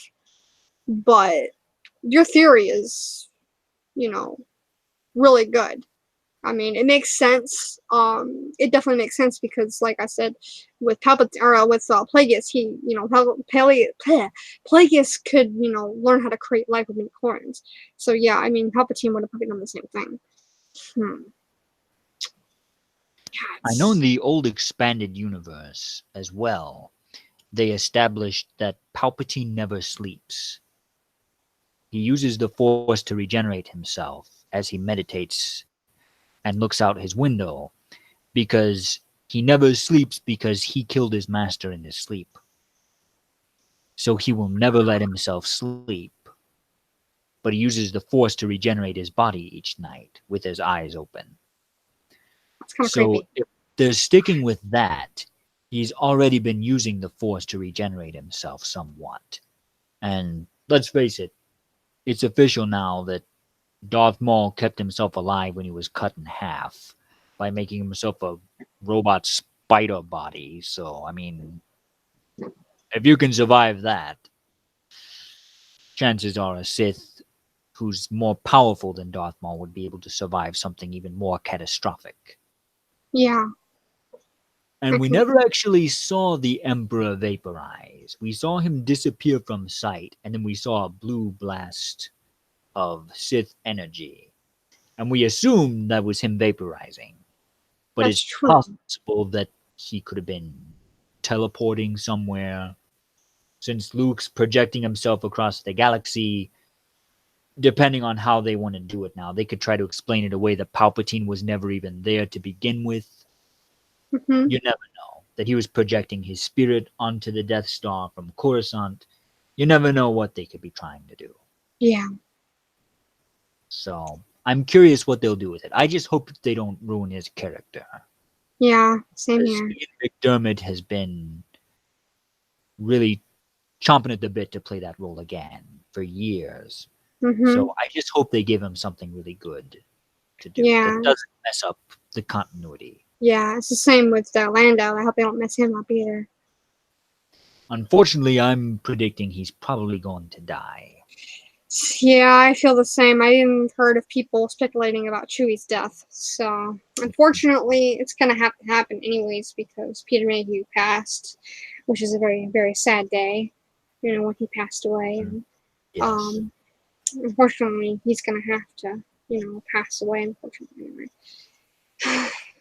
That was truly a sad day when we heard that Peter Mayhew passed. So, he's. So, I mean, I just wouldn't feel it right that his character be kept alive because, it's the same with Carrie Fisher and her character Leia. I mean, they kept her alive, even, and she passed away back in 2016, and they still kept her character alive, and it's like, well, I hate to tell you, but I love Leia, I do, but seeing as Carrie Fisher is now gone, there's nobody that can replace her ever. And nobody else can play. Yeah, nobody else can play Leia like Carrie Fisher. It's like the same with David Prowse's Darth Vader. I mean, you can never replace him either, or Gabriel Jones, or Anthony Daniels as C-3PO. I mean, you could probably put a different guy in the R2-D2 suit, but you really shouldn't replace Kenny Baker either, because Kenny Baker really brought R2-D2 to life, and just replacing the actors and actresses that played these characters, it doesn't seem right to me. So, I feel it only right that, the character die along with the actor, because it's just not, I don't think it's fair, because I don't think it should, I mean, an actor or an actress is born to play the part, and they play it so well, and, if they're replaced, it's just not going to be the same after that. So, Well, we've seen what happens when they try to replace someone with Alden Ehrenreich as Han Solo. It didn't work. No, it didn't, Because so much of Harrison Ford is in the character of Solo. Yeah. I think it would have also given the events of Episode 8 a lot more emotional weight if Princess Leia had died in space. Yeah. Instead of just... The thing I don't understand is why they underutilized her so much. They made a big deal about bringing her back, and then all they did was put her in a coma for the entire movie. They didn't even let her try to play her part. It seemed like it was lip service to the fans of, hey, see, we got your characters back, but they're going to be in a coma or just pout on an island. They're not really going to do anything because our new characters have to look cool. Right. Yeah, they're just trying to make the characters look cool. The newer characters look cool. Yeah, I get you. Yeah, I see where you're coming from there. Yeah, that's just... Basically propping their new cast up on the bones of the classic trilogy. Yeah. Instead of just making new compelling characters that can add to the mythology. Yeah. Because Lando was added to Episode 5, but he was a strong character and you wanted to see more of him, which is why you liked seeing him in Return of the Jedi. Yeah. They didn't have to make Han less of a character to make you like Lando. Lando was just a good character on his own. Right. But it seems like every studio feels like they have to do that these days. If they introduce a new character, they have to tear down an established one first to try to make their new characters seem better, instead of just putting the effort into making a good new character. Yeah, which is wrong. You shouldn't have to do that. You shouldn't have to tear a character down just to bring up a new one. That's bull crap.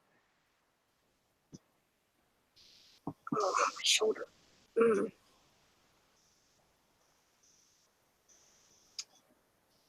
My shoulder's starting to cramp up again.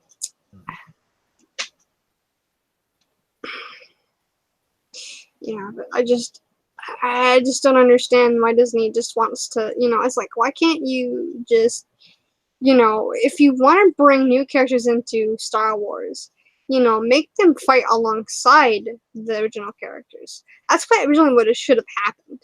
That's what originally should have happened with these movies. I mean, if they wanted to create new characters, they should have fought alongside, you know, alongside, the original trilogy characters. That would have been more fun. But they had to, basically break the other characters, the original characters down, to bring the new ones up. So, yeah. If they didn't want Luke to be able to do anything, I think a much more interesting take for his character could have been that he would have had to explain to Rey, "You're the only one that can fight Kylo now." Then she'd be like, "Why? You're Luke Skywalker. You're this powerful Jedi Master." And if they didn't want him involved, he could have said, "I need to train you to fight and take my place, because the last time I fought Kylo, he destroyed my academy, and I was inches away from falling to the dark side because of the anger I felt over his betrayal. And I know if I face him again, I won't be able to control my anger. So you have to face him because it's something I can't do." Right. They could have given it an emotional weight and an emotional reason of why he's not doing this. Right. Because he knows he won't be able to keep himself from fighting with anger the next time he sees Kylo. Exactly. Because I pushed his buttons on the Death Star, and he started fighting with anger, and he nearly killed me. So if Kylo is destroying everything he cares about and everyone he loves, it stands to reason that as powerful as my son is, he may have a moment where he gets too angry and struggles with the dark side. Because it seems to kind of run in the family. Yeah. And they wanted him to have his moment of weakness. Right. But instead of giving him a legitimate moment of weakness that ties into his character and the storyline that was set up since the 1980s, they decided his moment of weakness should be, "You know what? Maybe I should murder this sleeping kid because he's having a bad dream. And he might do bad stuff later. So I guess I should cut his head off while he's asleep." Yeah. It's very inconsistent with his character. Yeah, big time. I agree with that. Very inconsistent. I kind of feel like it's a shame that I started my channel with The Last Jedi, because I feel like in my actual review for The Last Jedi, I didn't really articulate correctly why I hated it. It was much more of an emotional review more than my factually dissecting a film review that I do these days. I've been thinking about revisiting it sometime to Okay. make a supplemental review to say, okay, you saw my sort of ranting review that was just my gut response after just seeing it. Right. But now, years later, now I can tell you factually, these are all the reasons why it's actually wrong and Yeah. why it doesn't fit the continuity of Star Wars. But I may do that after episode 9 comes out, because Good idea. there's a slight chance if JJ can miraculously fix this thing, he might be able to make episode 8 not a great film, but he might be able to make up for it. Maybe. So, Yeah. I don't see how, but you know, I'm trying to be a little bit optimistic about this. Yeah. Uh-oh. My kid. You're not kidding. Well, I see why you're trying to be optimistic, you know. And I mean, there are some things that I hope, but there are some things I don't hope because, you know, I'm not too sure at this point. I don't know what's gonna happen, so you know, I can't really say on the matter. My thing is, I'm not getting my hopes up that he is going to fix it because I don't want to be disappointed. Yeah, same here. I mean, I'm not gonna give him any, you know, glimpse of hope, but you know, I At don't this want to. point, I'm just hoping I'm proven wrong. Yeah, That's what would make me extremely happy if I was just proven wrong, because I honestly think it's probably going to be crap. But if I'm wrong, I'll be the first to admit it, and I'll be happy to do so. yeah, same here.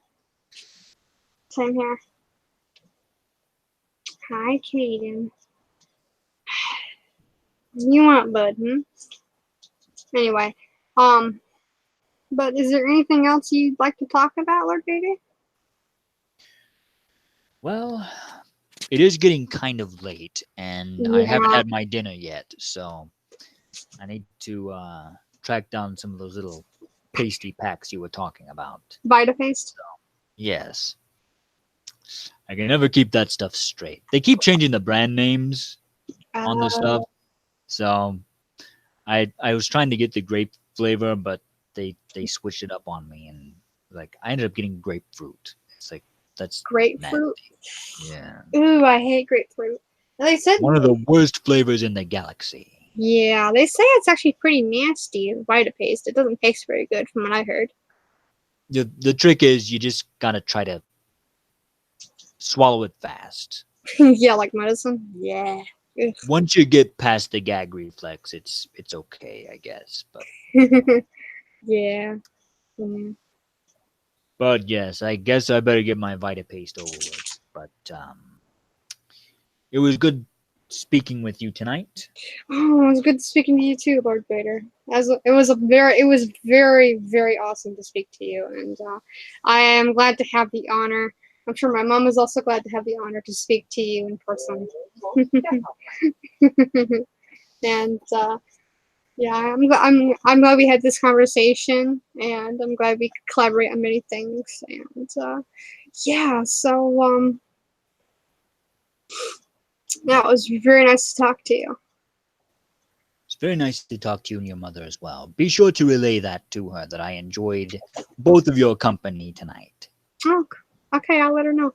Mom, Lord Vader says that he enjoyed my company and the company as well.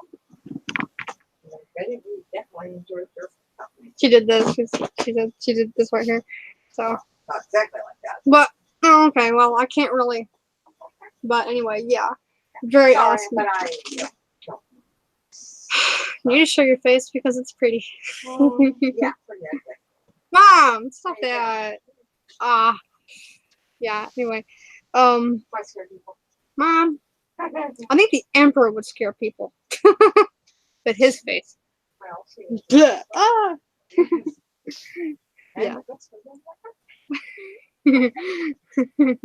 Anyway, it was awesome talking to you, Lord Vader. So yeah, So much. thank you so much for being on the live stream. I really appreciate this, and you've made my day, so or my night actually. And so yeah, I'll be sure I'll let you go, and I probably I gotta get me something to drink. My mouth is drying out here. But Well, thank you for having me on your live stream tonight. And thank you and your mother for all you do for the Empire. Sharing the videos and sharing it with your friends. But more than that, commenting and just knowing that you watch the show every week and that you enjoy it. It really means a lot. And it helps me keep going. Because I do this show. It's fun for me to do this show, but I really do it for you guys. Knowing that people are out there enjoying this show, that's what really keeps me going with this. awesome. So I want to thank you both for all that you've done sharing these videos, because the channel wouldn't be where it is today without people like you. Aw, you're welcome, Lord Vader. So thank you for having me on your show tonight, and I guess I'll talk to you in the comments throughout the day tomorrow at some point. Okay. Um, so I'll be back on Twitter and YouTube a little bit later tonight, but Okay. so I'll talk to you guys more then, okay? All right. Whenever you have time, Lord Vader. All right. Well, may the force be with you. May the force be with you as well, Lord Vader. And happy Jedi hunting. Thank you. You're welcome. Come along with you. All right then. Ugh. It's starting to get more in my ear.